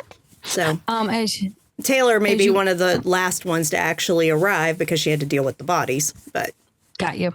Yeah. So what I'm going to say is, while you guys all meet up at the cell block, Spotter and Theo, let's just say it took a nice bit of a walk around for Spotter and words or names, or give me a second. Isolde. Thank you. Isolde. A lovely talk around the pools to make Theo sweat a bit, as the good doctor gently gave a casual conversation with Theo about medical practices and ethical and non-ethical practices. And as Spotter and Isadora come back, it's more of like, oh, so sorry you guys have to leave. Yes, Spotter. Oh, I was going to say, as we were coming back in, I'm going to say, we can't drink Malort, so we have to break him in another way. You understand? You mean he hasn't figured out how to drink, my lord? Show him. I'm not going to be responsible for that. He was going to turn and stop looking at them out of the corner of his eye. Don't worry, I'll figure it out for you. He'll have to do the shot saying it's Jesper's my lord. Take the shot, put it down and say, I will have another. That's how you do it. It's going to taste real. It is. I had to do it too. He might retch up everything he drank, but that's that. It's the price if you don't do it. Yeah, exactly. Thank you for having Spotter and myself, Doctor. This was a rather nice visit. Oh, you're more than welcome. I'm happy that you guys came. You are welcome here again under, of course, peaceful terms, if that could be that. Of course. All right. As I've heard Venture say, violence is bad for business. It is. And you don't want to piss off a dragon. Mm-hmm. I might teach you. So literally. And she'll just smile as the row of teeth are shown, and they are nice and pointy. Not fangs. You said row. A row of teeth. And she just gives you this smile. Lamprey. for half a second, especially Spotter, because he's probably standing the closest to him, there was a moment where Theo wasn't scared and was just leaning forward to like investigate. Like there was a look of like, how'd they get that sharp? And then he pulls back like, oh, right. No, we are leaving. She just smiles to Theodore and goes, if you're good, I'll tell you later. Noted. Good. Will you please show them out? And she'll go, yeah. And mind you, she's now absent her high heel. She is flat. She's barefoot. And there's blades of grass between her toes and whatnot, but beautifully manicured toes naturally. And she will just walk over, take Leo's arm. So she's got Spotter on one arm, Theo on the other, and she'll just go, let's go. Come on. Here you go. And she will lead you guys to the car and wave you guys later. And yeah. One clarification for her before we're going to talk to Jackson on your behalf. Oh, cool. Do you appreciate your independence, or is it he's going to ask, or is it a matter of coming back under the fold, as it were? She kind of chuckles and rolls her eyes for a moment, and she looks to between you and Theo. I want to know the answer. No, you're fine. I mean, we just walked around an amazing garden, so why not? We didn't break a human yet, but that's to come. I miss being around my, I guess you want to say family or clan, but I miss the talks most of all. I miss the conversations and look, I wasn't the best student, because when you're turning around and trying to break all the rules because they're being insufferable assholes and being so stuffed that you think that they're made out of the paper that you're reading from books. Mm-hmm. Why do you have that look on your face, Theo? You know what I'm talking about. No, I understand that. I'm just trying to suss out if you're a member of Karna. Met her about a decade ago. She's not bad. She's got some ideas. Just, I'd love to improve on them and make them different. You know, look, I'm a hippie kid. I don't like all the rules and everything, but I'm brilliant in knowing how to mix chemicals and how to make things with sorcery. So I can make you high off. God. No, you appreciate the family, but not the obligation necessarily. Yeah. I mean, I love to talk. I like the combining ideas, kind of like what we did back in the day. But at the same time, I don't want to be all stuffy and rigid and, you know, always saying, hey, why'd you get the pole out of your ass? Because that's what they think of us. Yeah, we know people like that. Isidore just gives Spotter a wink. At least Father has no emotion on his face. At least I never need to polish it. Why polish it when you don't have it to begin with it? I give him a friendly hug on the side hug. Aw. That was a great retort. Was it? Sheldon. Look at you. Mm. Well, he's growing up. The more you know. Dun, dun, dun, dun. Regardless, we have a meeting we need to get to, and you and I, Isolde, need more time to discuss much. Sure. I mean, because it seems you're something like Providence for me at this time. I've been there. It was an interesting place. So if you're willing and wanting to stick around Chicago, I'd like to consult you on a few projects. Sure. Why don't you both come up here and bring your bathing suits? I don't need one. I'll need to purchase one. Well, you can always go free fall. I'm fine. I can go free fall too. It's fine. No worries. No, I will do no such thing. What? You didn't go skyclad when you were a kid? No. No. You didn't jump in a creek bare naked? No. Why not? It was the 1800s. You didn't trust any of the water. Yeah, where'd you grow up? Pennsylvania. You didn't have clear creeks and waters and lakes and stuff back there? I wasn't much of a healthy child. Didn't go out and do much. Lots of walking. That explains all of this. Yes, all 120 pounds of me. It is what it is. But that won't keep you. But you know what? You're 34, right? Waist? Your bathing suit. I can get my own. Oh, no. I'll get you one. Trust me, I have impeccable taste. Spotter just sees Theo shudder for a second as he just rolls up the car window, gives her Hey, a I'm salute. going skyclad. I'll be fine. Spotter's going skyclad, and you're insisting on clothes.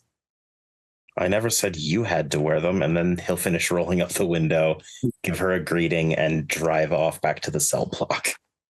I like her. She's a lot of what I've been looking for in regards to what my clan needs right now. And she'd be a good instructor at your school. Oh, that is definitely part of it. Mm-hmm.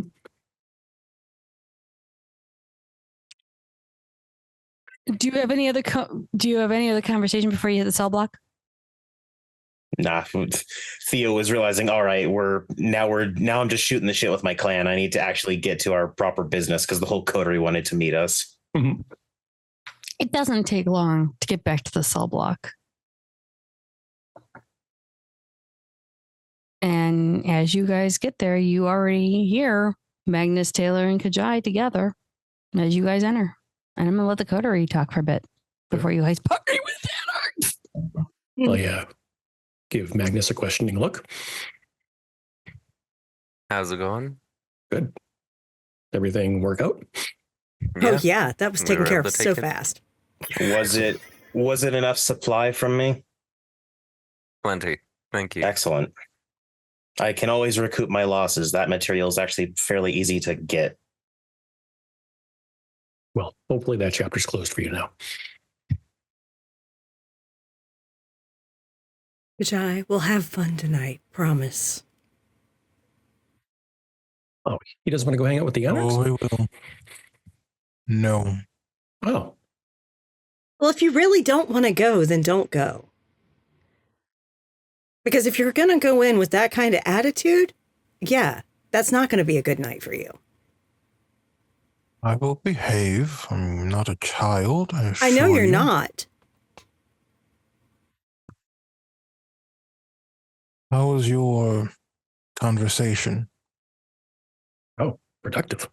Incredibly so. One of the most lucrative talks I've ever had. Lovely doctor. And I suppose I should thank you all personally for what we did with Peterson and Jackson. That's starting to pay dividends in ways I didn't expect for myself personally. So thank you all. You were part of it. Of course. We all did but it. I could not have established that on my own. I wouldn't have known where to begin with half of what we all pulled off.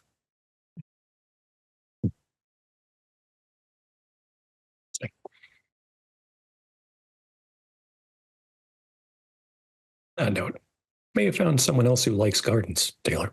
Oh, yeah? You might be interested in meeting her. Who is she? She is Isolde. She is a Tremere. Interesting. Hasn't been in the city for a while because of the previous administration. They wanting in?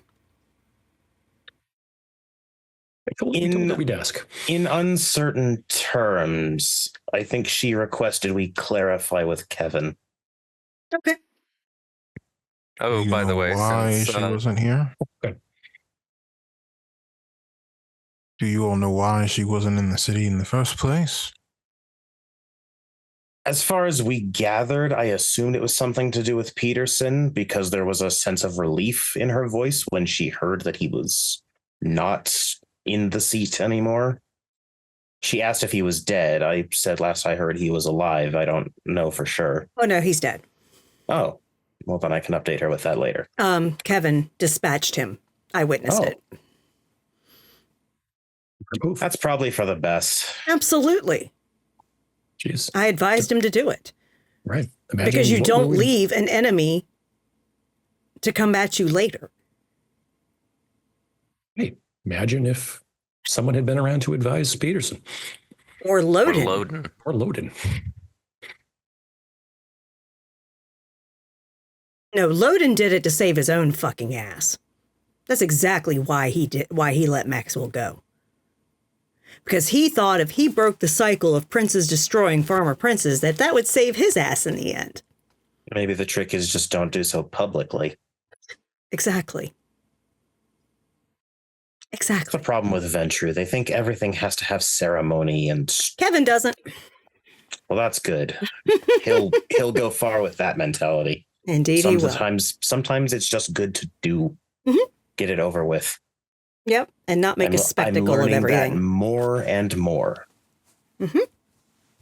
I mean, I'd say gathering the princes in Chicago, that's a bit of a spectacle. Well, that is... He has ideas, and he has ideas that will help modernize the tower. And with the fact that we are dealing with the Second Inquisition. And he wants to share them with others that are of similar inclinations looking to modernize. I did, of course, advise him, as y'all know, that if he wants legitimacy, he's got to have at least one elder prince. But if it ain't Hardestat, it's going to have to be Villon or someone else. But that's not immediate. That's after he's run his city his way for a year to test it out before he presents it. And also to learn from any mistakes he makes. He's using his wisdom. I'm proud of him for that. That's one thing I have been reinforcing pretty hard with him. Is that he doesn't lead with his ego, he leads with his wisdom.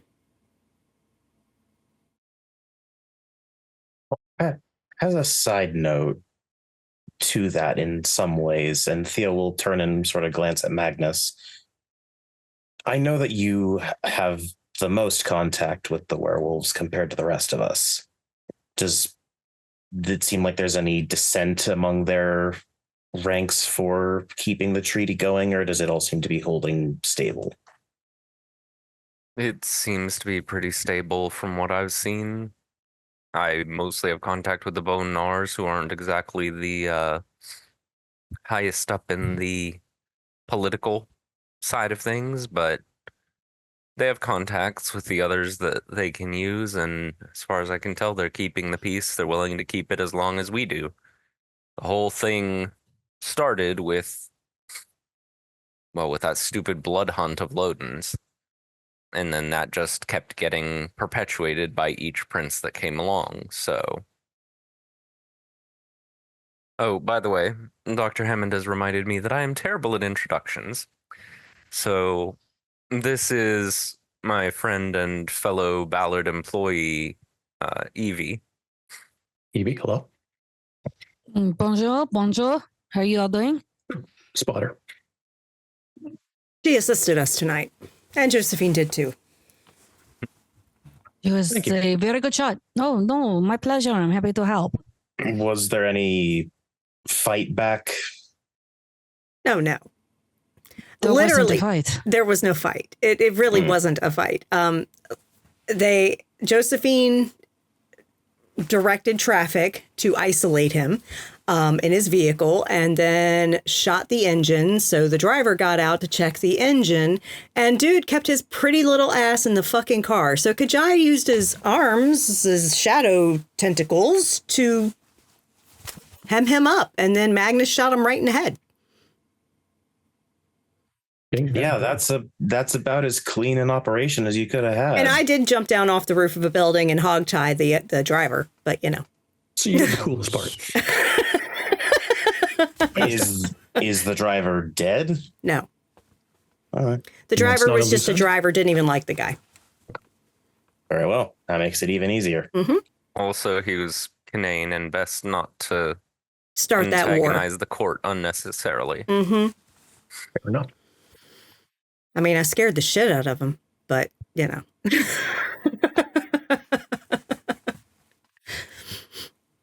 But yeah, no, it was great. It was great. Yeah, so we're heading down to the pit tonight. I'm going to meet with Anita.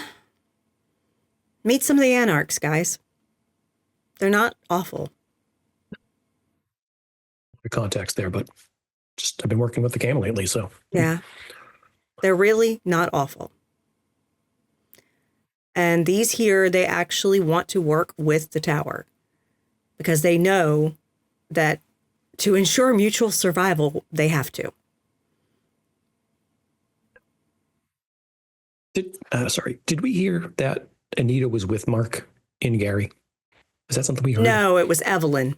Evelyn, okay, Evelyn okay. Stevens. She's the Baron of Gary. Yeah. Just to let you know, Taylor, What? I don't really have a great reputation among the Anarchs in Chicago Okay. as one of the gangrel who refused to leave when the rest of my clan did. Well, if they start any shit, they'll deal with me. I won't start anything. I know you won't. But if they start any shit, they'll deal with me. Okay. And if I've got to knock some youngin' skulls together to get them to think straight, I will. I could assist if you need. I bet you could. I can do a couple of hip checks. The pit isn't considered Elysium, is it? No, it is Oh, not. excellent. That will make defending ourselves even easier. Yes, but don't go in looking for a fight. And Of if course not. somebody tries to start something, we kick their asses. We don't destroy them, we kick their asses. Okay? That's how you get respect with those punks that like to start shit. So they respect defeat more than actual slaughter. Yes. Usually I mean, first that'll blood. make Kajai happy. That's more people he can fight again at a later time. Or people you can fight longer. It Or takes maybe longer to beat someone up than, it does to just kill them. I suppose so. It should be interesting. If any of the elders are around. It's actually an elder. I've heard of elder anarchs, but it still is such an odd sentence to There's me. a few. There's not terribly many. Kind of spread to the winds. But Mark's an elder. I think there's one or two others in this city that are elder. And of course, out west, there's a few that are elder as well. And mostly in LA. Yes.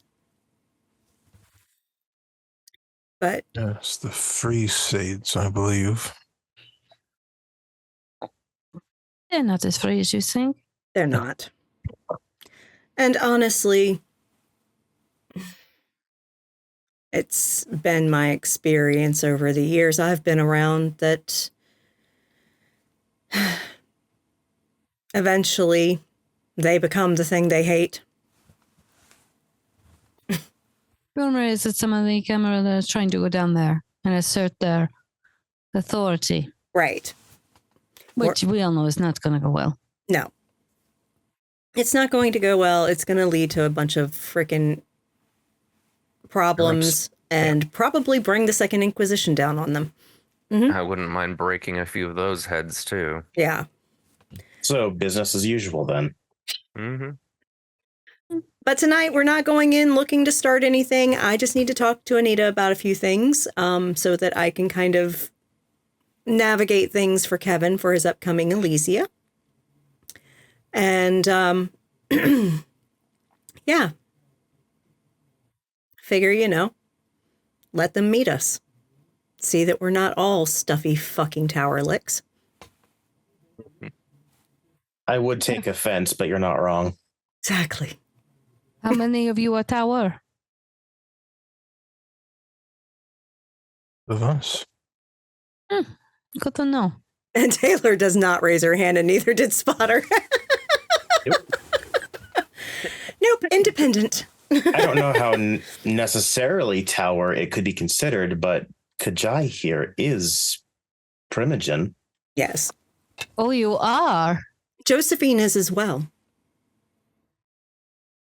I would never have known. Mm-hmm. Especially with the kaku. He was far too happy to shoot. Yes, it's one of her loves. Very much so. Mm-hmm. Yes. So, well, let's get headed down there. Y'all can follow me.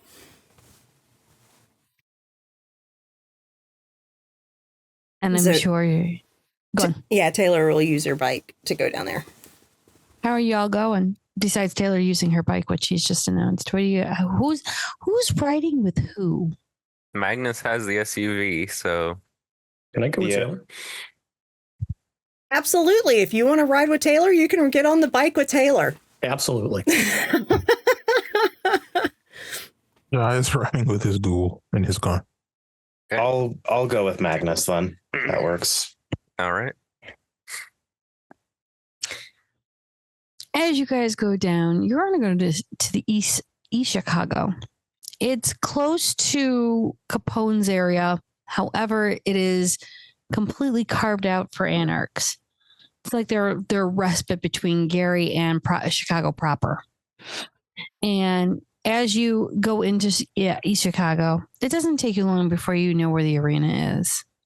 It's a rundown old baseball park. The pit is down where the pitcher's mound would be. That's where the whole pit is. Around it is bleachers that are filled with, kindred people talking. People are all around what would have been this baseball park, and people are standing around talking. There's not exactly bonfires, but it's like fake fire, but it gives them the sense of hanging around. Oh, I'm getting there. Where you have the main area where the main stands are, there is a bar, but that is down underneath. So as the pit and whatnot and the fights and everything go on, the bar is not turned around and harmed. Nobody knows about those fights unless the fights find them in the bar. So as you guys park and make your way down, you'll see what looks like, it's not exactly neon, but it's soft light. And the bar downstairs, it's a mixture of punk, what would have been baseball, and this lingering sense of the 1980s British wave that came through with the Sex Pistols. Yeah. Yeah. There's a Brilliant. bar on the back. Oddly enough, there's a whole section over on the left that's all, ironically enough, bowling, because who the fuck bowls? But apparently they bowl. On the right, there are some meeting areas. There is an open band area, and there's a dance floor. Mm. Because if you don't dance, then why are you here? Exactly. And you will be walking in to seeing there's a whole shit ton of anarchs there, drinking, talking. In the back, where the private booths are, you will see Anita, which I'm putting right now into the mix. Don't start with me, Spotter. I like pretty people. Anita's so cute. And then you'll see Genghis, and we all know what Mark looks like. And all three of them are standing there talking. And Mark isn't looking around like he normally does. He's in the zone. This conversation. Yeah, he's in this conversation that they're having. Genghis is just kind of standing there, kind of man spreading with his Of course he arms is. You know, it's a thing with guys. I don't understand it, but we're gonna go with it. And his arms are leaning against this thing. He's just kind of rocking back and forth, watching the two. And it's a deep conversation. I wouldn't say it's overly heated, but it's a passionate one. So, what does this group do? Do I see some familiar faces from the brouhaha? You see quite a few of the ones that you talked to at that brouhaha last. You see some of the older ones in the back. You actually see some of the caitiff. You actually see Raspberry Pie behind the bar. And she'll just go, fuck, Taylor, oh, yo, turn us over here, Raspberry. And Taylor will come up to her and hug her. She will jump the bar and just kind of leap into Taylor and give her a hug. Yeah. You didn't tell me you were coming tonight? I didn't tell anybody. Fuck. And like that, we lost them in the crowd. No, who are your dudes, man? And Taylor waves y'all over and says, Magnus everyone, meet my stylist, Raspberry Pie. Oh, What up, yo? She's amazing. I can do it. I know I am, man. I do wonders with things that you never thought could be done. Only cosmetically? Yeah, why? Well, I mean, I could change a lot of other things, but I mean, mostly I'm a hairstylist. I also do tattoos and other things depending on request. I think I've Glad contacted to meet you. This is Kajai. Oh, Shadow Man, got it. Yeah, and this is Dr. Theodore Smith. Oh, Paul, got it. This is Dr. Magnus Sanchez. Woofy. And Spotter, of course. Oh, you're the guy at Diggs. Nice. Not Diggs, you dig. You're like cool, man. oh, thanks, man. Okay, no worries. I lean in though. So can we get a spoiler on what's next for Dr. Hammond's hair? Dude, did you ever see Doctor Who? Did you ever know who River Song is? Mm-hmm. Spoilers, sweetie, spoilers. I thought you meant curly blonde. No, blonde doesn't do with her hair, man. It doesn't work stylist. with my complexion. Okay. Okay. Only Jewel colors. Jewel, my guy. Jewel. Theo leans over and just deadpan says lime green and then leans back. God damn, he's got a sense of humor developing. She kind of leans against Theo for a moment and goes, only if you match her. Never mind. Oh, no. I can see a very cool kind of dark emerald, mix it with a little bit of black sleeking through. Oh, yeah. Like Wizard of Oz. Kind No, of, but just only give him- dark. Go on. What you saying? We go for it. Purple suit, some red lipstick, and a little bit of white face paint. Oh, and, you're not turning me into a comic book villain, Doctor. Oh, Please. you knew who he is? That's sweet. Now I can do surprised some you got that references. reference. Yeah, no kidding, right? I mean, damn. Why is everyone always so shocked that I know pop culture? My guy, you're Tremere. What? And Tremere can't know pop culture? Not normally. No. And under his breath, Theo will just start humming Inagata Davida. Yeah, I know that song because Bart Simpson tried to play that in church one time. I saw that episode. Oh, wait, you watched this episode too? Holy fuck. Wait, hold on. And she'll kind of like gently turn Theo around. Ooh, wow, he's loosened up. I know, The right? ball's halfway out. Shit. You're vibing, man. Shadow Man's just not saying nothing, but that's okay. I expect that from him. How you doing, Shadow Dude? I'm all Lay some right. wisdom on me. I'm sorry? What did Lay you some say? wisdom on me. Come on. I have no wisdom, but I admit you all are much larger than life, so I am interested in talking about if you can do for me the same things you do for Dr. Hammond. Yeah, sure, for a price. What you want? We can discuss it later. Sure, I mean, I wanna can totally talk see some. business. Oh, fuck, dude. I mean, hello. Have you seen this place? It's all either about business, getting drunk, slam, or you're turning around and trying to find somebody to throw up into the pit. But I could see some dreads for you. I think that would be slick and awesome. Perhaps. It does sound. No. There's no perhaps. I Different. see that. Yeah. She's a visionary, Kajai. Yeah, exactly. See, Digman got it. Give him one of your cards. Oh, yeah, sure. And she'll reach from her back pocket. And the card, when she hands it to you, it flames up. And don't worry, it's not going to be Rorschach. It's of a purple flame. It flames up and it then turns into like a stock card, purple flame of a card. And it has her name and her information on it. Impressive. I need Yeah, to yeah. take the card and put it away. I recommend once you get your first appointment, pre-book your next. She's a busy lady. Ooh, let me tell you, half the bitches around here, it takes them a good hour to get shit done. But when those bitches up in the city are like, "Oh my God, you did that," let's just say the roses need to be fucking pruned if they don't soon. I'm dropping your name to Kevin. Okay, yeah, I can do something with him. His fade sucked. I know, but he's shaving it every damn night. Exactly, because he didn't know.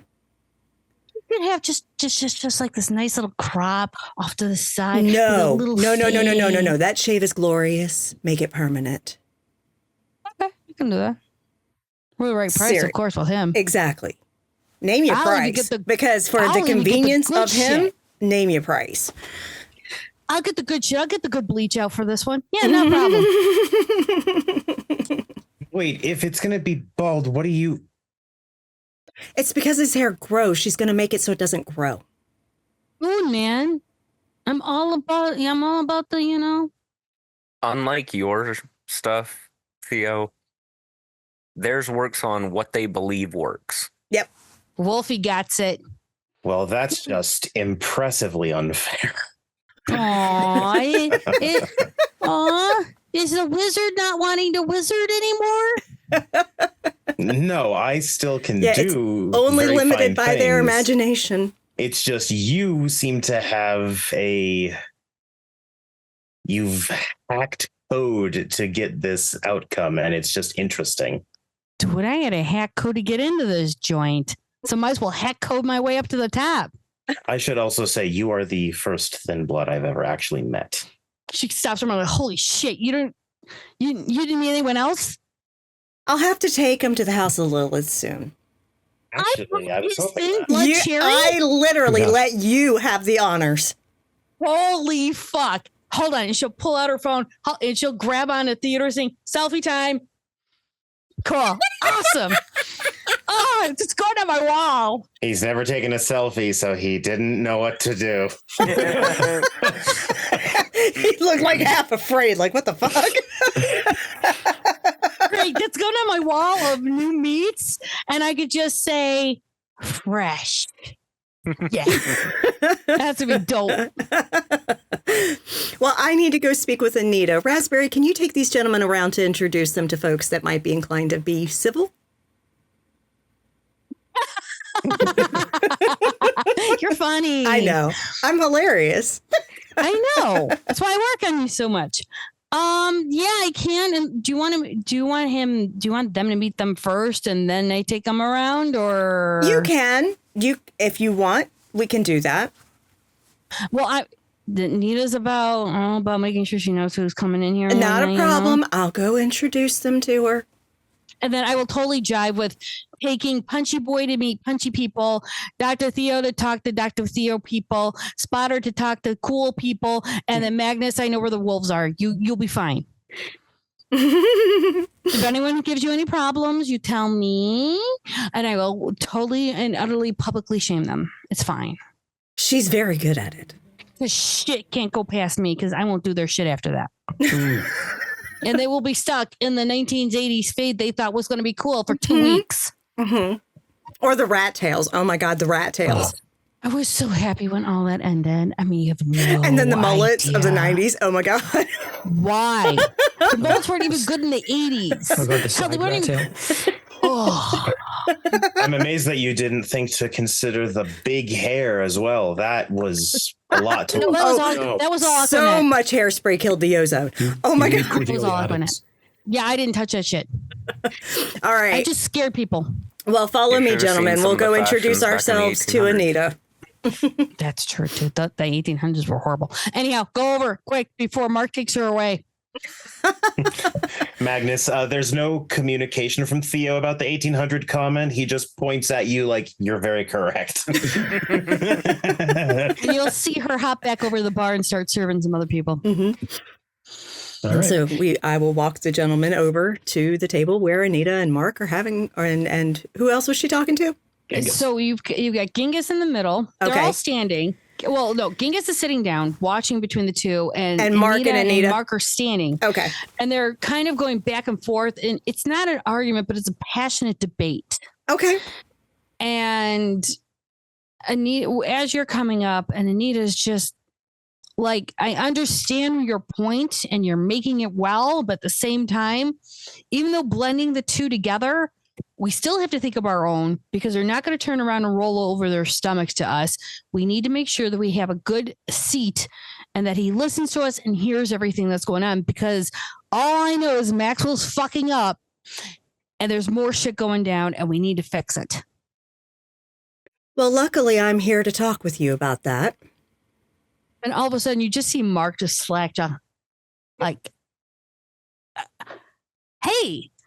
And Hey. Genghis gets up like, who the fuck are these guys? And he's like, hi, hello. She's recalibrating her brain at the moment. Hi, 404 not found. She looks to Genghis and just gives him a nod. And then she looks to Anita and says, Baroness, I would like to introduce you to my coterie. He nods and Mark gives you a wink, but moves back a little bit to let the ladies do the business. Mm-hmm. He doesn't need her standing up or anything, so. And she says, allow me to introduce you to Kajai. This is Baroness Anita. To meet you. Pleasure. Dr. Theodore Smith. Dr. Magnus Sanchez. And Spotter, of course, you know by reputation. Hey, Anita. It's not hard to know Spotter, not knowing him. I mean, who doesn't know him? Unfortunately, Bastian is not with us this evening. He's tied up with Annabelle's bullshit. But roses are going to rose. Exactly.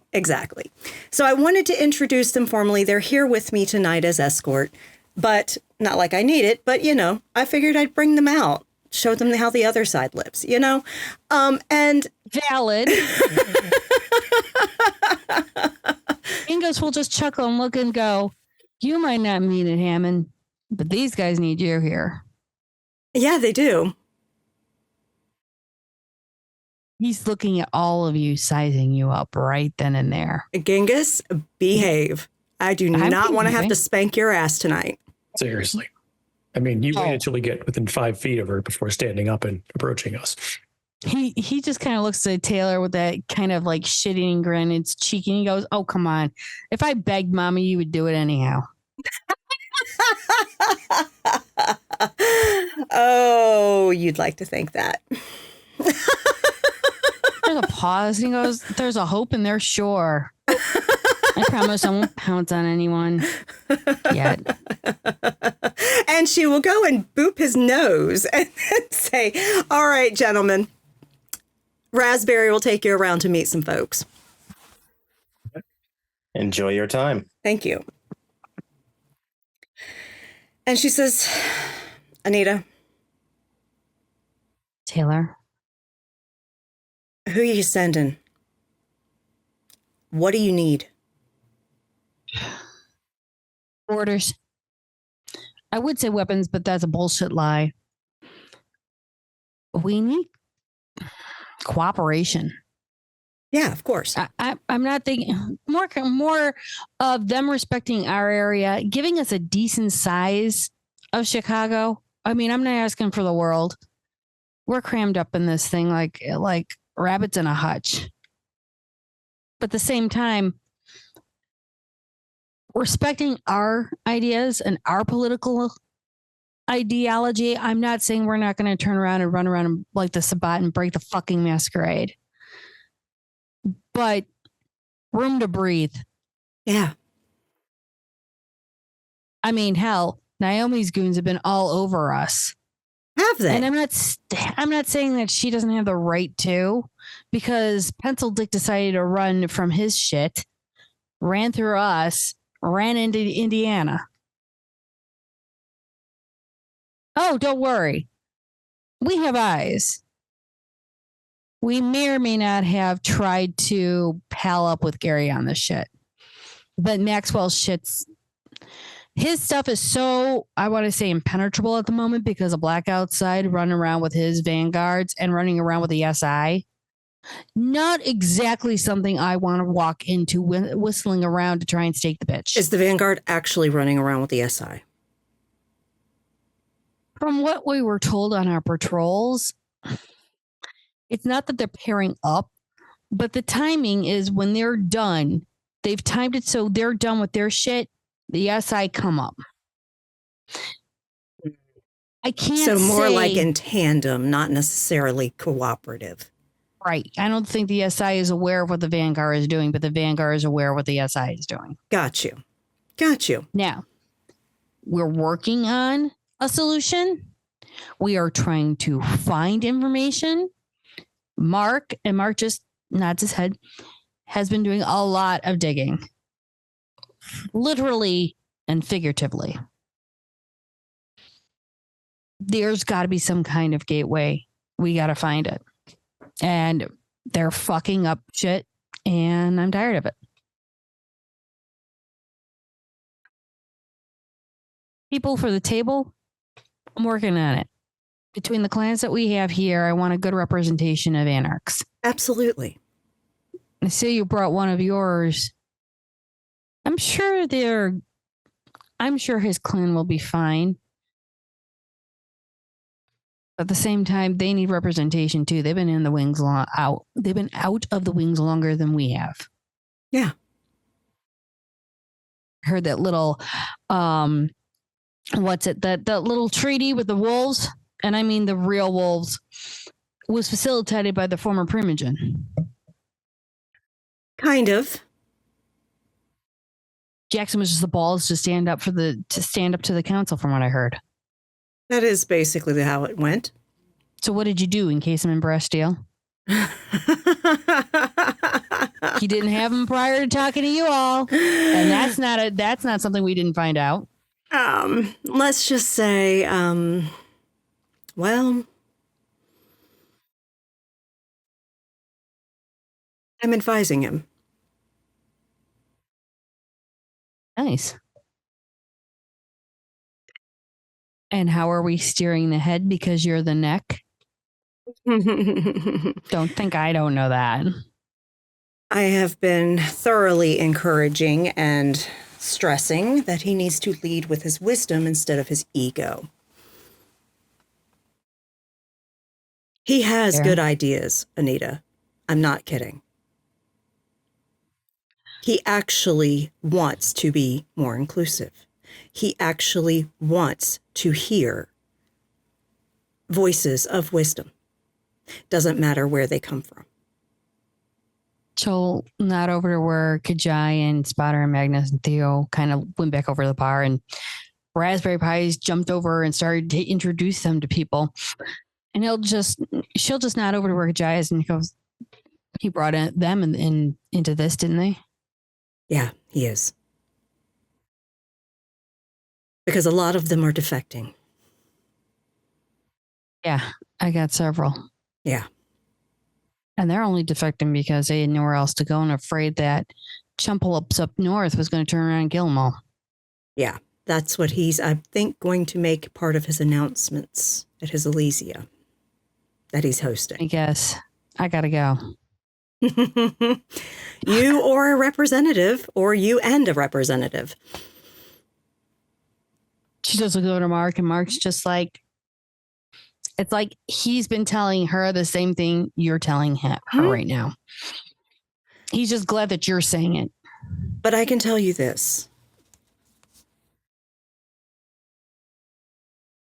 I need to know what you truly want. If it's more space, you get more space. If you want people to be able to operate in the domain that he controls, I need to know.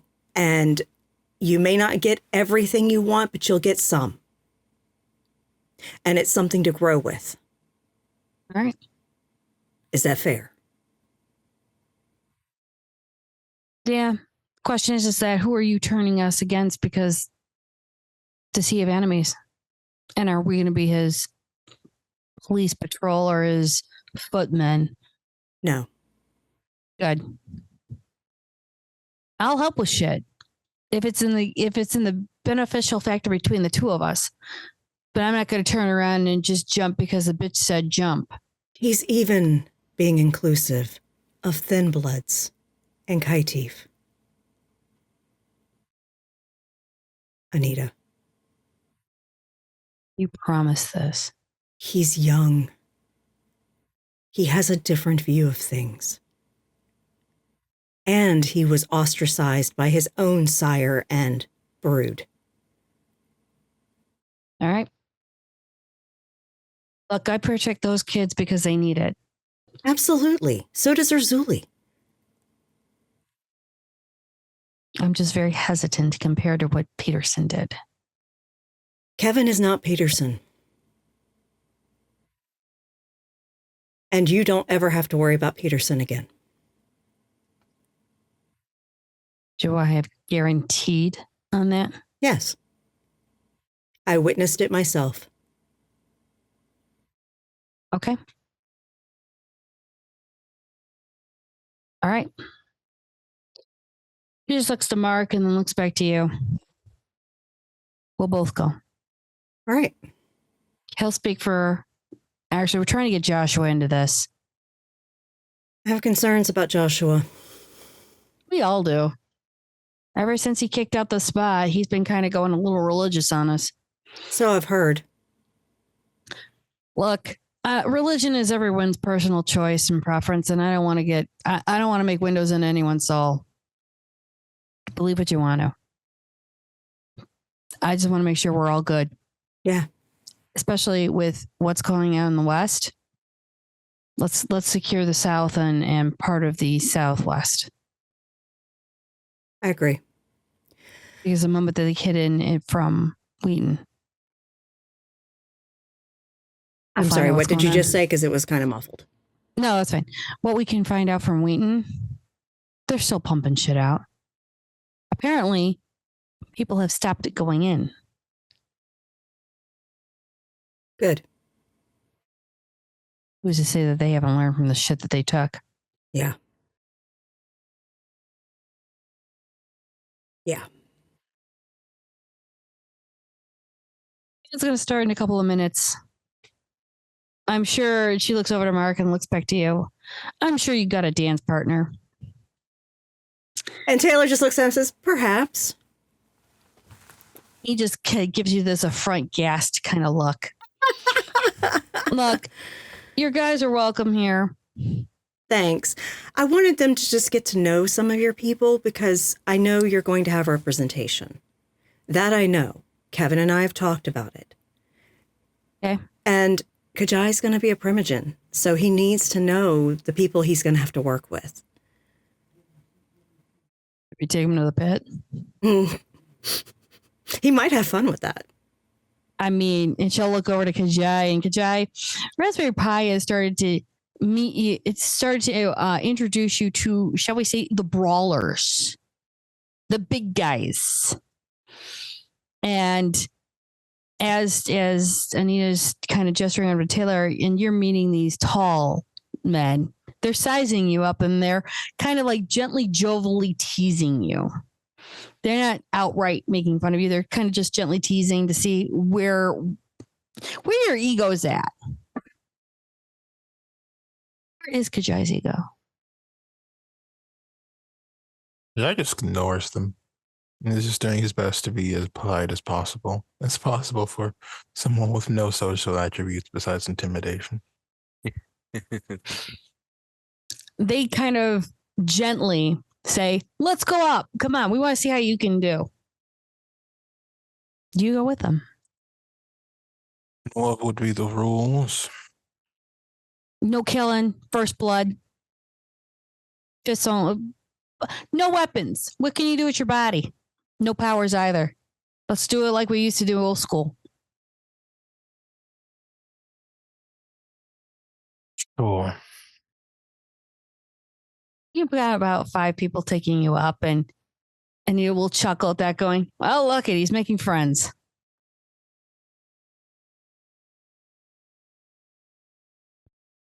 Theo, you could put in a group of, I want to say nerds, but I would say intellectuals that have a well-balanced understanding of not only the metaphysical, but also about actual medicine. And you're set with what you could consider a couple of Tremere, but also some thin bloods that know alchemy very well. There was also one quick thing I wanted to check while being led to these people. Yeah, sure. Okay, 2 small things. One, is Mel Davis here? No, she's not. Okay. And secondly, sense the unseen. God damn. Well, There's like 50 NOS up in this joint. Okay. Yeah, but roughly like Nothing wrong. generations of them. The whole clan is here. Oh, Every Nosferatu to ever exist here in this party. There's a couple Malks hiding out too. Definitely some Malks hiding out. So this large ass room that's got really dim lighting, you can see the groups of Nos that are maybe 3 to 4 in a group that are in corners. Actually, if you look up in the rafter part of this bar, you see several people just throwing things backwards to each other to try and not break their obfuscate. And then the people you're talking to, you will actually notice that some of them have either warded or enchanted items on them. It's definitely just sort of a general paying attention to. He's not grilling the Thin Bloods about what they do, but he's very invested in hearing their process. Because he knows even if they explain it, he knows he won't get it. So he wants to see what they can tell him.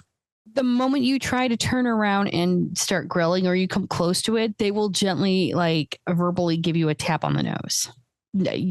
Back up.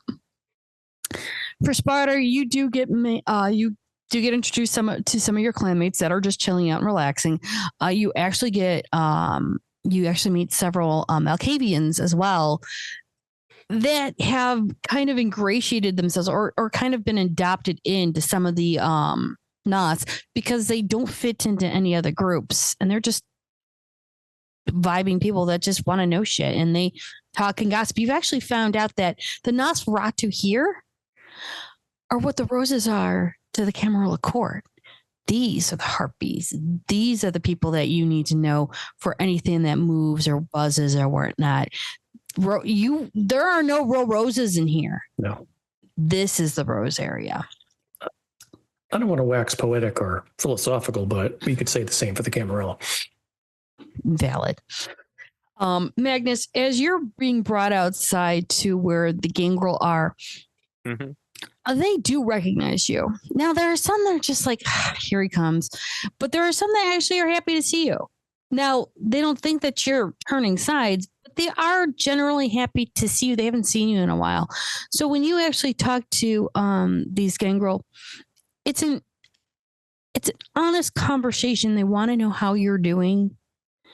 They want to know where you are mentally, and making sure you're doing okay. I mean, there's a genuine clan concern.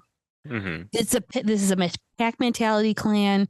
You were part of the pack. They left. They are actually concerned, and they actually want to see how you're doing and if they can help if you need some stuff going on.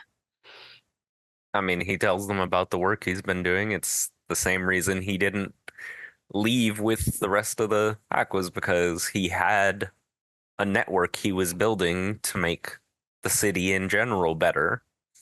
And so he talks about, his clinics that he's got set up and that he's working with the werewolves as to keep the places safe. He's got them essentially declared Elysia.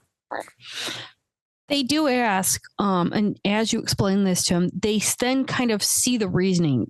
The lack of knowledge is where things were left off, and they didn't understand why you didn't leave. With this new information that you're giving, they do ask if they can help you, if you need protection or you need shit run or makeshift ambulances, if need be, if they can maybe get treated if they need it. Yeah. Okay. He would tell them, like, as long as no one's looking to make trouble, he will treat anyone, no matter what sect they are, no matter what variety of supernatural or mortal they are.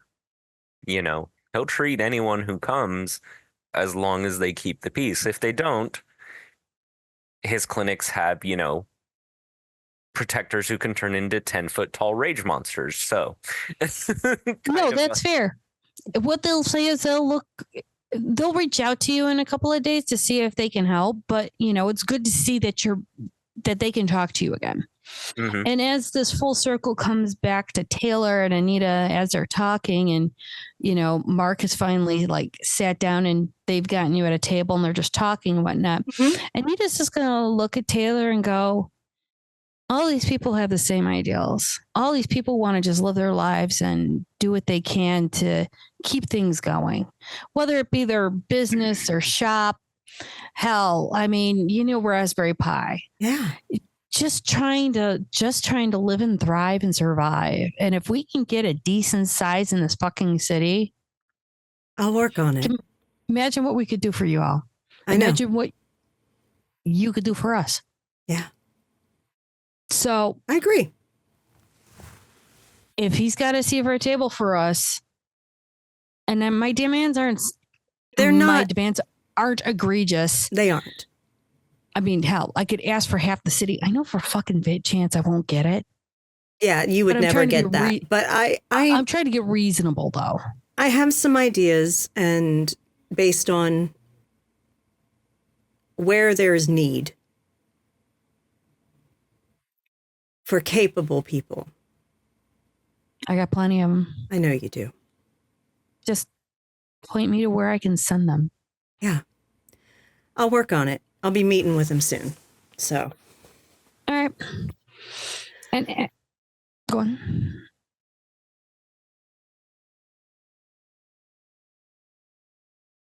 I think that this is just something we need to get done. It is. Because the biggest threat's out there, not here. And she looks to Mark and says, Mark told me where the Vanguard came from. He looks to him and then looks back, goes, I take it no secrets. And I'm going to see him very soon. Do you want backup? I don't think that would go over too well. I don't know. And don't worry, if I need it, I place one call and I've got it. Here, I just want to punch the asshole in the fucking face. Trust? I'll do that on your behalf because he has already done insult to me and he doesn't know that I know. Great. Ooh. Mark has told me not to piss you off. Trust me. It takes a lot. It takes a lot to do that. I am not hot-headed like some of the younger ones. But as you hear the baseball pick rumbling, Kajai's in a big fight right now. So I'm not like that at all. It takes a lot to rile me up. But when it happens, well, it's damn deadly. Not wrong. All right. I'll be up at Elysium next week. Yeah. And I'll send word through Mark what I'm able to negotiate on ahead of time so you're not taken by surprise. I appreciate that. Mark will nod. He knows his place is just smile, nod, and listen. Mm-hmm. But yeah. Okay. And damn, I was hoping that the Vanguard was working with the SI. That'd make it easier.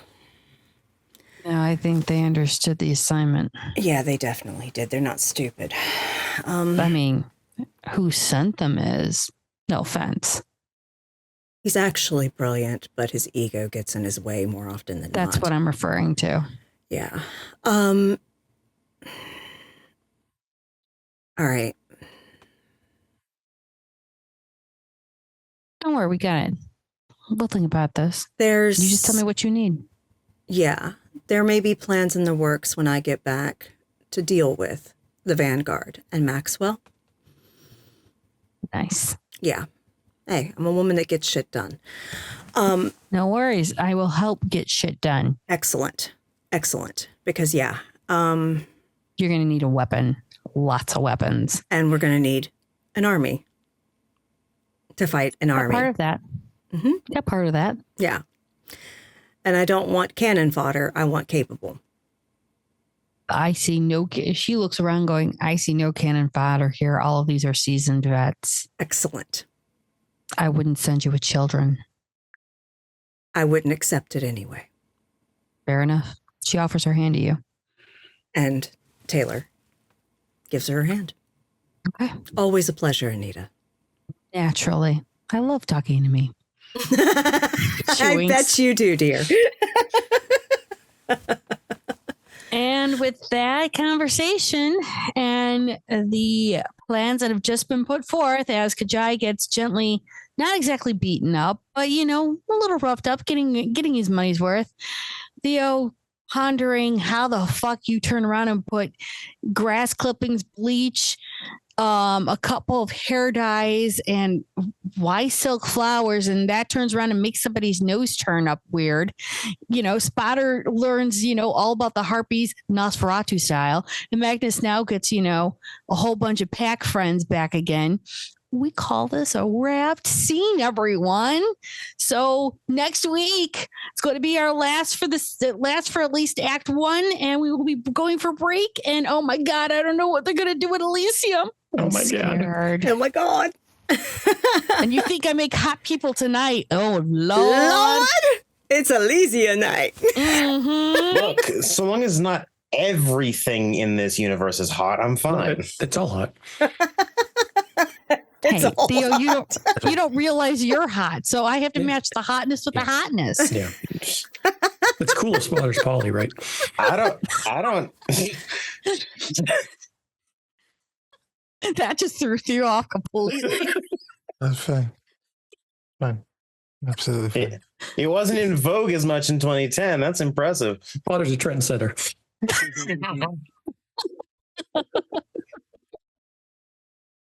I'm sorry, I'm a clown. You're fine. Just see how red Maddox is priceless. It doesn't help that my lighting just always makes me look red, so it's even more red. Well, thank you everyone for joining us tonight. Oh my gosh, this is an absolutely blast of a session. Do join us on the Discord. That is where we hang out after gaming. And we also cast our games there. That tonight there is a Delta Green game casting call that is closing, and tomorrow the 7th Sea game casting call is closing. Make sure you are on their Discord and that you read our casting couch posts. They are pinned, so that you can apply if you want to try to sit at our tables and play games with us. Also, we do occasionally do some Zoom chats with each other where we just hang out and chit chat and shoot the shit and stuff like that. But we haven't done those lately because we've been streaming both Friday and Saturday evenings, which are the 2 evenings of the week that we possibly would have one of them free to do a Zoom chat. So once we actually go on our season break at the end for the holidays, we might be able to fit one in over the course of the holidays. But definitely join us over there. It's amazing. And if you would like to catch back episodes of this stream, do check out our YouTube channel. That link is in chat right now. And we also have tons of additional content there, loads of World of Darkness titles that we have run. Also, independent games, other systems, check it out. We have 5 years worth of back content there, tons for you to enjoy. And we've run almost every WAD splat. For real. And also, if you're into D&D 5e or Call of Cthulhu 7e, check out the London Esoteric Society YouTube page. That is where our European GM, Dr. Tiz, holds her content. So go give her a subscribe there as well. Make sure you subscribe to both channels. Like videos that you're watching, comment on them. That's a free way to support the studio. Because that helps boost us up in search rankings on YouTube. And of course, we have a ton of friends within our community, and some of which also stream on their own channels. Junie, what you got going on? Well, I did have a brief break only because Thanksgiving, gobble, gobble. Hope you all had a good one. I turn around and I make either trash fires or dumpster fires because that's where we're at right now in this world. Other than that, I make small crocheting things because I'd like to stab, point, and, punch things. And hey, emotional support plushies are emotional fucking support when you need it. Okay. Just sucks everything away. But if I'm not here and I'm not storytelling, then I'm either in Ravenosa's or I'm going to be playing a mage on Ree's Tuesday. Excellent segue. All right. And Ree, what do you have going on your channel? Yes, this Tuesday, Arcane Veils continues as our Cabal has just finally dealt with this node issue that's been plaguing them. And now they've been asked to do some stuff by the technocracy. So we'll see if that goes well for them. Oh, Lordy. Who knows? Tradition mages and the technocracy. That's going to be fun. Be wonderful. Yeah. All I hear is the technocracy is desperate. Who knows? Only one way to find out. Or they're recruiting. So good. And of course, Ravnos Archon, who is not here with us tonight, he also streams games on his channel. Right now, he is running a Hunter mini-series, a Hunter 5e mini-series. Check out his channel if you'd like to check out Hunter. And then, of course, Mischievous Red, she does do some streaming on Sundays when she has the spoons to do so. She's been focusing on mini painting right now, and she's been on a little bit of a break because her dogs ate one of her minis, and it's kind of, like, oh my God. Yeah, it's been a thing. But when she streams, make sure, as she likes to say, make sure you're on our Discord, because when our friends stream, our Discord announces it so that you can go hang out with our friends. Okay. And of course, if you would like to get any studio merch, that link to our Zazzle store is in chat right now. You can click on that to get merch. Great holiday gifts. I'm just saying. No, I'm kidding. But I'm sure Zazzle like always has a sale, So you can get stuff for a decent discount there. And literally make sure you're signed in though, because some of our merch is rated adult because it has swear words, like our, magnum opus of Camp Wish a Motherfucker Would Camp Counselor t-shirt. Excellent gifts. Excellent gifts. A year-round camp. That's right. Yeah, Grandma will love it. Grandma will love it. Hey, she's a counselor too. She's been through it. She'll give you wall-to-wall counseling with dimensional lumber.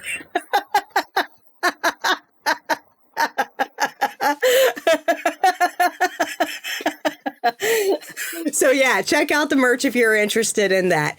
And of course, if you would like to support these amazing players at this table, you can do so by showing us your biddies, y'all. Bits and donations are distributed amongst our players here at McStabber Studios. We do take the taxes, but the rest goes to the players.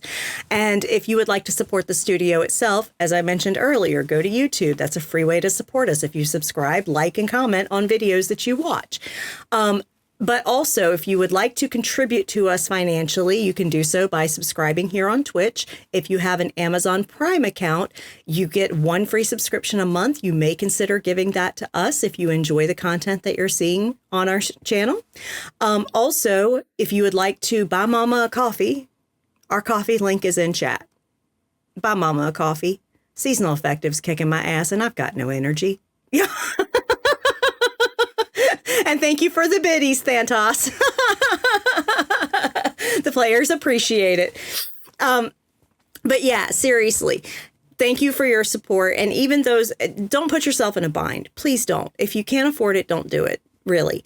But seriously, thank you for watching. Thank you for, commenting in chat. All that helps us out. So thank you so much. I think, have I done everything leading up to schedule? I think I've done everything leading up to schedule. Okay. I'm trying to rack my brain. Anyway, so coming up over the next week, we have on Wednesday, 8 p.m. Eastern, Demon the Fallen, myself and Maddox, and a few other people playing at Shanky's Demon Table. Everybody's sus in LA. Everybody's sus in LA. Except a few reconcilers don't seem to be sus. Yeah, which somehow in my mind makes them at least a bit sus. I know, you can right? Come across that innocent amongst all this. I know, right? I know, right? I guess, as Shanky said, that, Vahumano's not a bad guy. Maybe he isn't. Maybe he isn't, but it's still sus because it's a Shanky game. He's not a bad guy anymore. Not a bad guy anymore. He's redeeming himself. But yeah. So that's Wednesday at 8 p.m. Eastern as we are getting close to wrapping up the season of Demon. Yeah, we had a cookout. The cookout was fun. It was some drama, but it was fun. Everybody had a good time, I think. And then we ended with, poor Maddox's character getting lured to a very dangerous situation, and everybody's rushing off to try to help his ass now. So my own power is against me. I'm still upset about that shit. Yeah. So yeah, that's going to be a thing. Will Maddox's character survive? Will they get there in time? Find out Wednesday. And then Friday, Junie is here storytelling Werewolf for Queen's Gambit. And two of them are right here. And Tara and John. Yeah, they're both in that. And it's the final episode of that splat. So yeah. We'll be in it not for long though. Yeah, it's they're in some shit. And we'll see how they get out of it, if they get out of it. And I'm just saying, I've set the bar. Had a lone survivor in my splat. Wolves, we're here for a good time, not a long time. That's right. Exactly. The bar is high. That's why my players should hopefully practice limbo. I know, right? They were in the final countdown and the final boss. The eagle give them the last piece. Yeah. So that's Friday at 8 p.m. Eastern. Check that out because we are winding up all the splats leading to the finale of Queen's Gambit very soon. So you need to be tuning in for that. And then, of course, Saturday, we will be here for the Season 1, Act 1 finale before we go on holiday break at 8 p.m. Eastern Saturday. It's Elysia night. Yeah. And so help me, Taylor's going to take some pruning shears to the fucking rose garden if Bastion isn't set free yet. But seriously, our hearts go out to Kai right now. He's dealing with some personal stuff that needs to be dealt with. Seriously. Hope you can join us soon. But yeah. And lastly, take care of yourselves, y'all. Take care of yourselves. It's a hard time of year for a lot of folks. And the world's kind of shit right now. So literally take care of yourselves and make sure if you are in crisis that you reach out for help when you need it. And if you do not have anyone around you that can help you right now in chat, there is a list of organizations that you can call or text 24 hours a day, 7 days a week to help you in your crisis. But honestly, if you're not in chat or if those numbers do not help you here in Twitch chat, you can go to findahelpline.com and search by your location to find the help resources available to you. Please do so. They cover over 140 countries. Get the help you need. Get the crisis support you need. You do not have to go through this alone. Oftentimes, those organizations are staffed with people who have been through it themselves. You're not alone. So please, get help. And of course, I'm on McStabber. I'm a registered nurse. I'm going to tell you to get your damn shots, especially while you can, before we have fucking morons in charge of our health systems. I work in healthcare. This is a fucking nightmare. And literally make things almost impossible to get. Or do make it impossible to get. So please get your vaccines. Please get your vaccines. Get checked out if you're not feeling well. Get your physicals. Take care of yourselves, both mentally and physically, because y'all, if things go the way that they're planning them to go, it's going to be fucked. For real. And bouncing off of that, if you voted third party, if you abstained and could have voted, or you voted for the fucking felon, get the fuck off my channel. You aren't welcome. We are not here for your entertainment. You did this shit, and now everyone's going to suffer for your fucking stupidity and selfishness. Good night, y'all.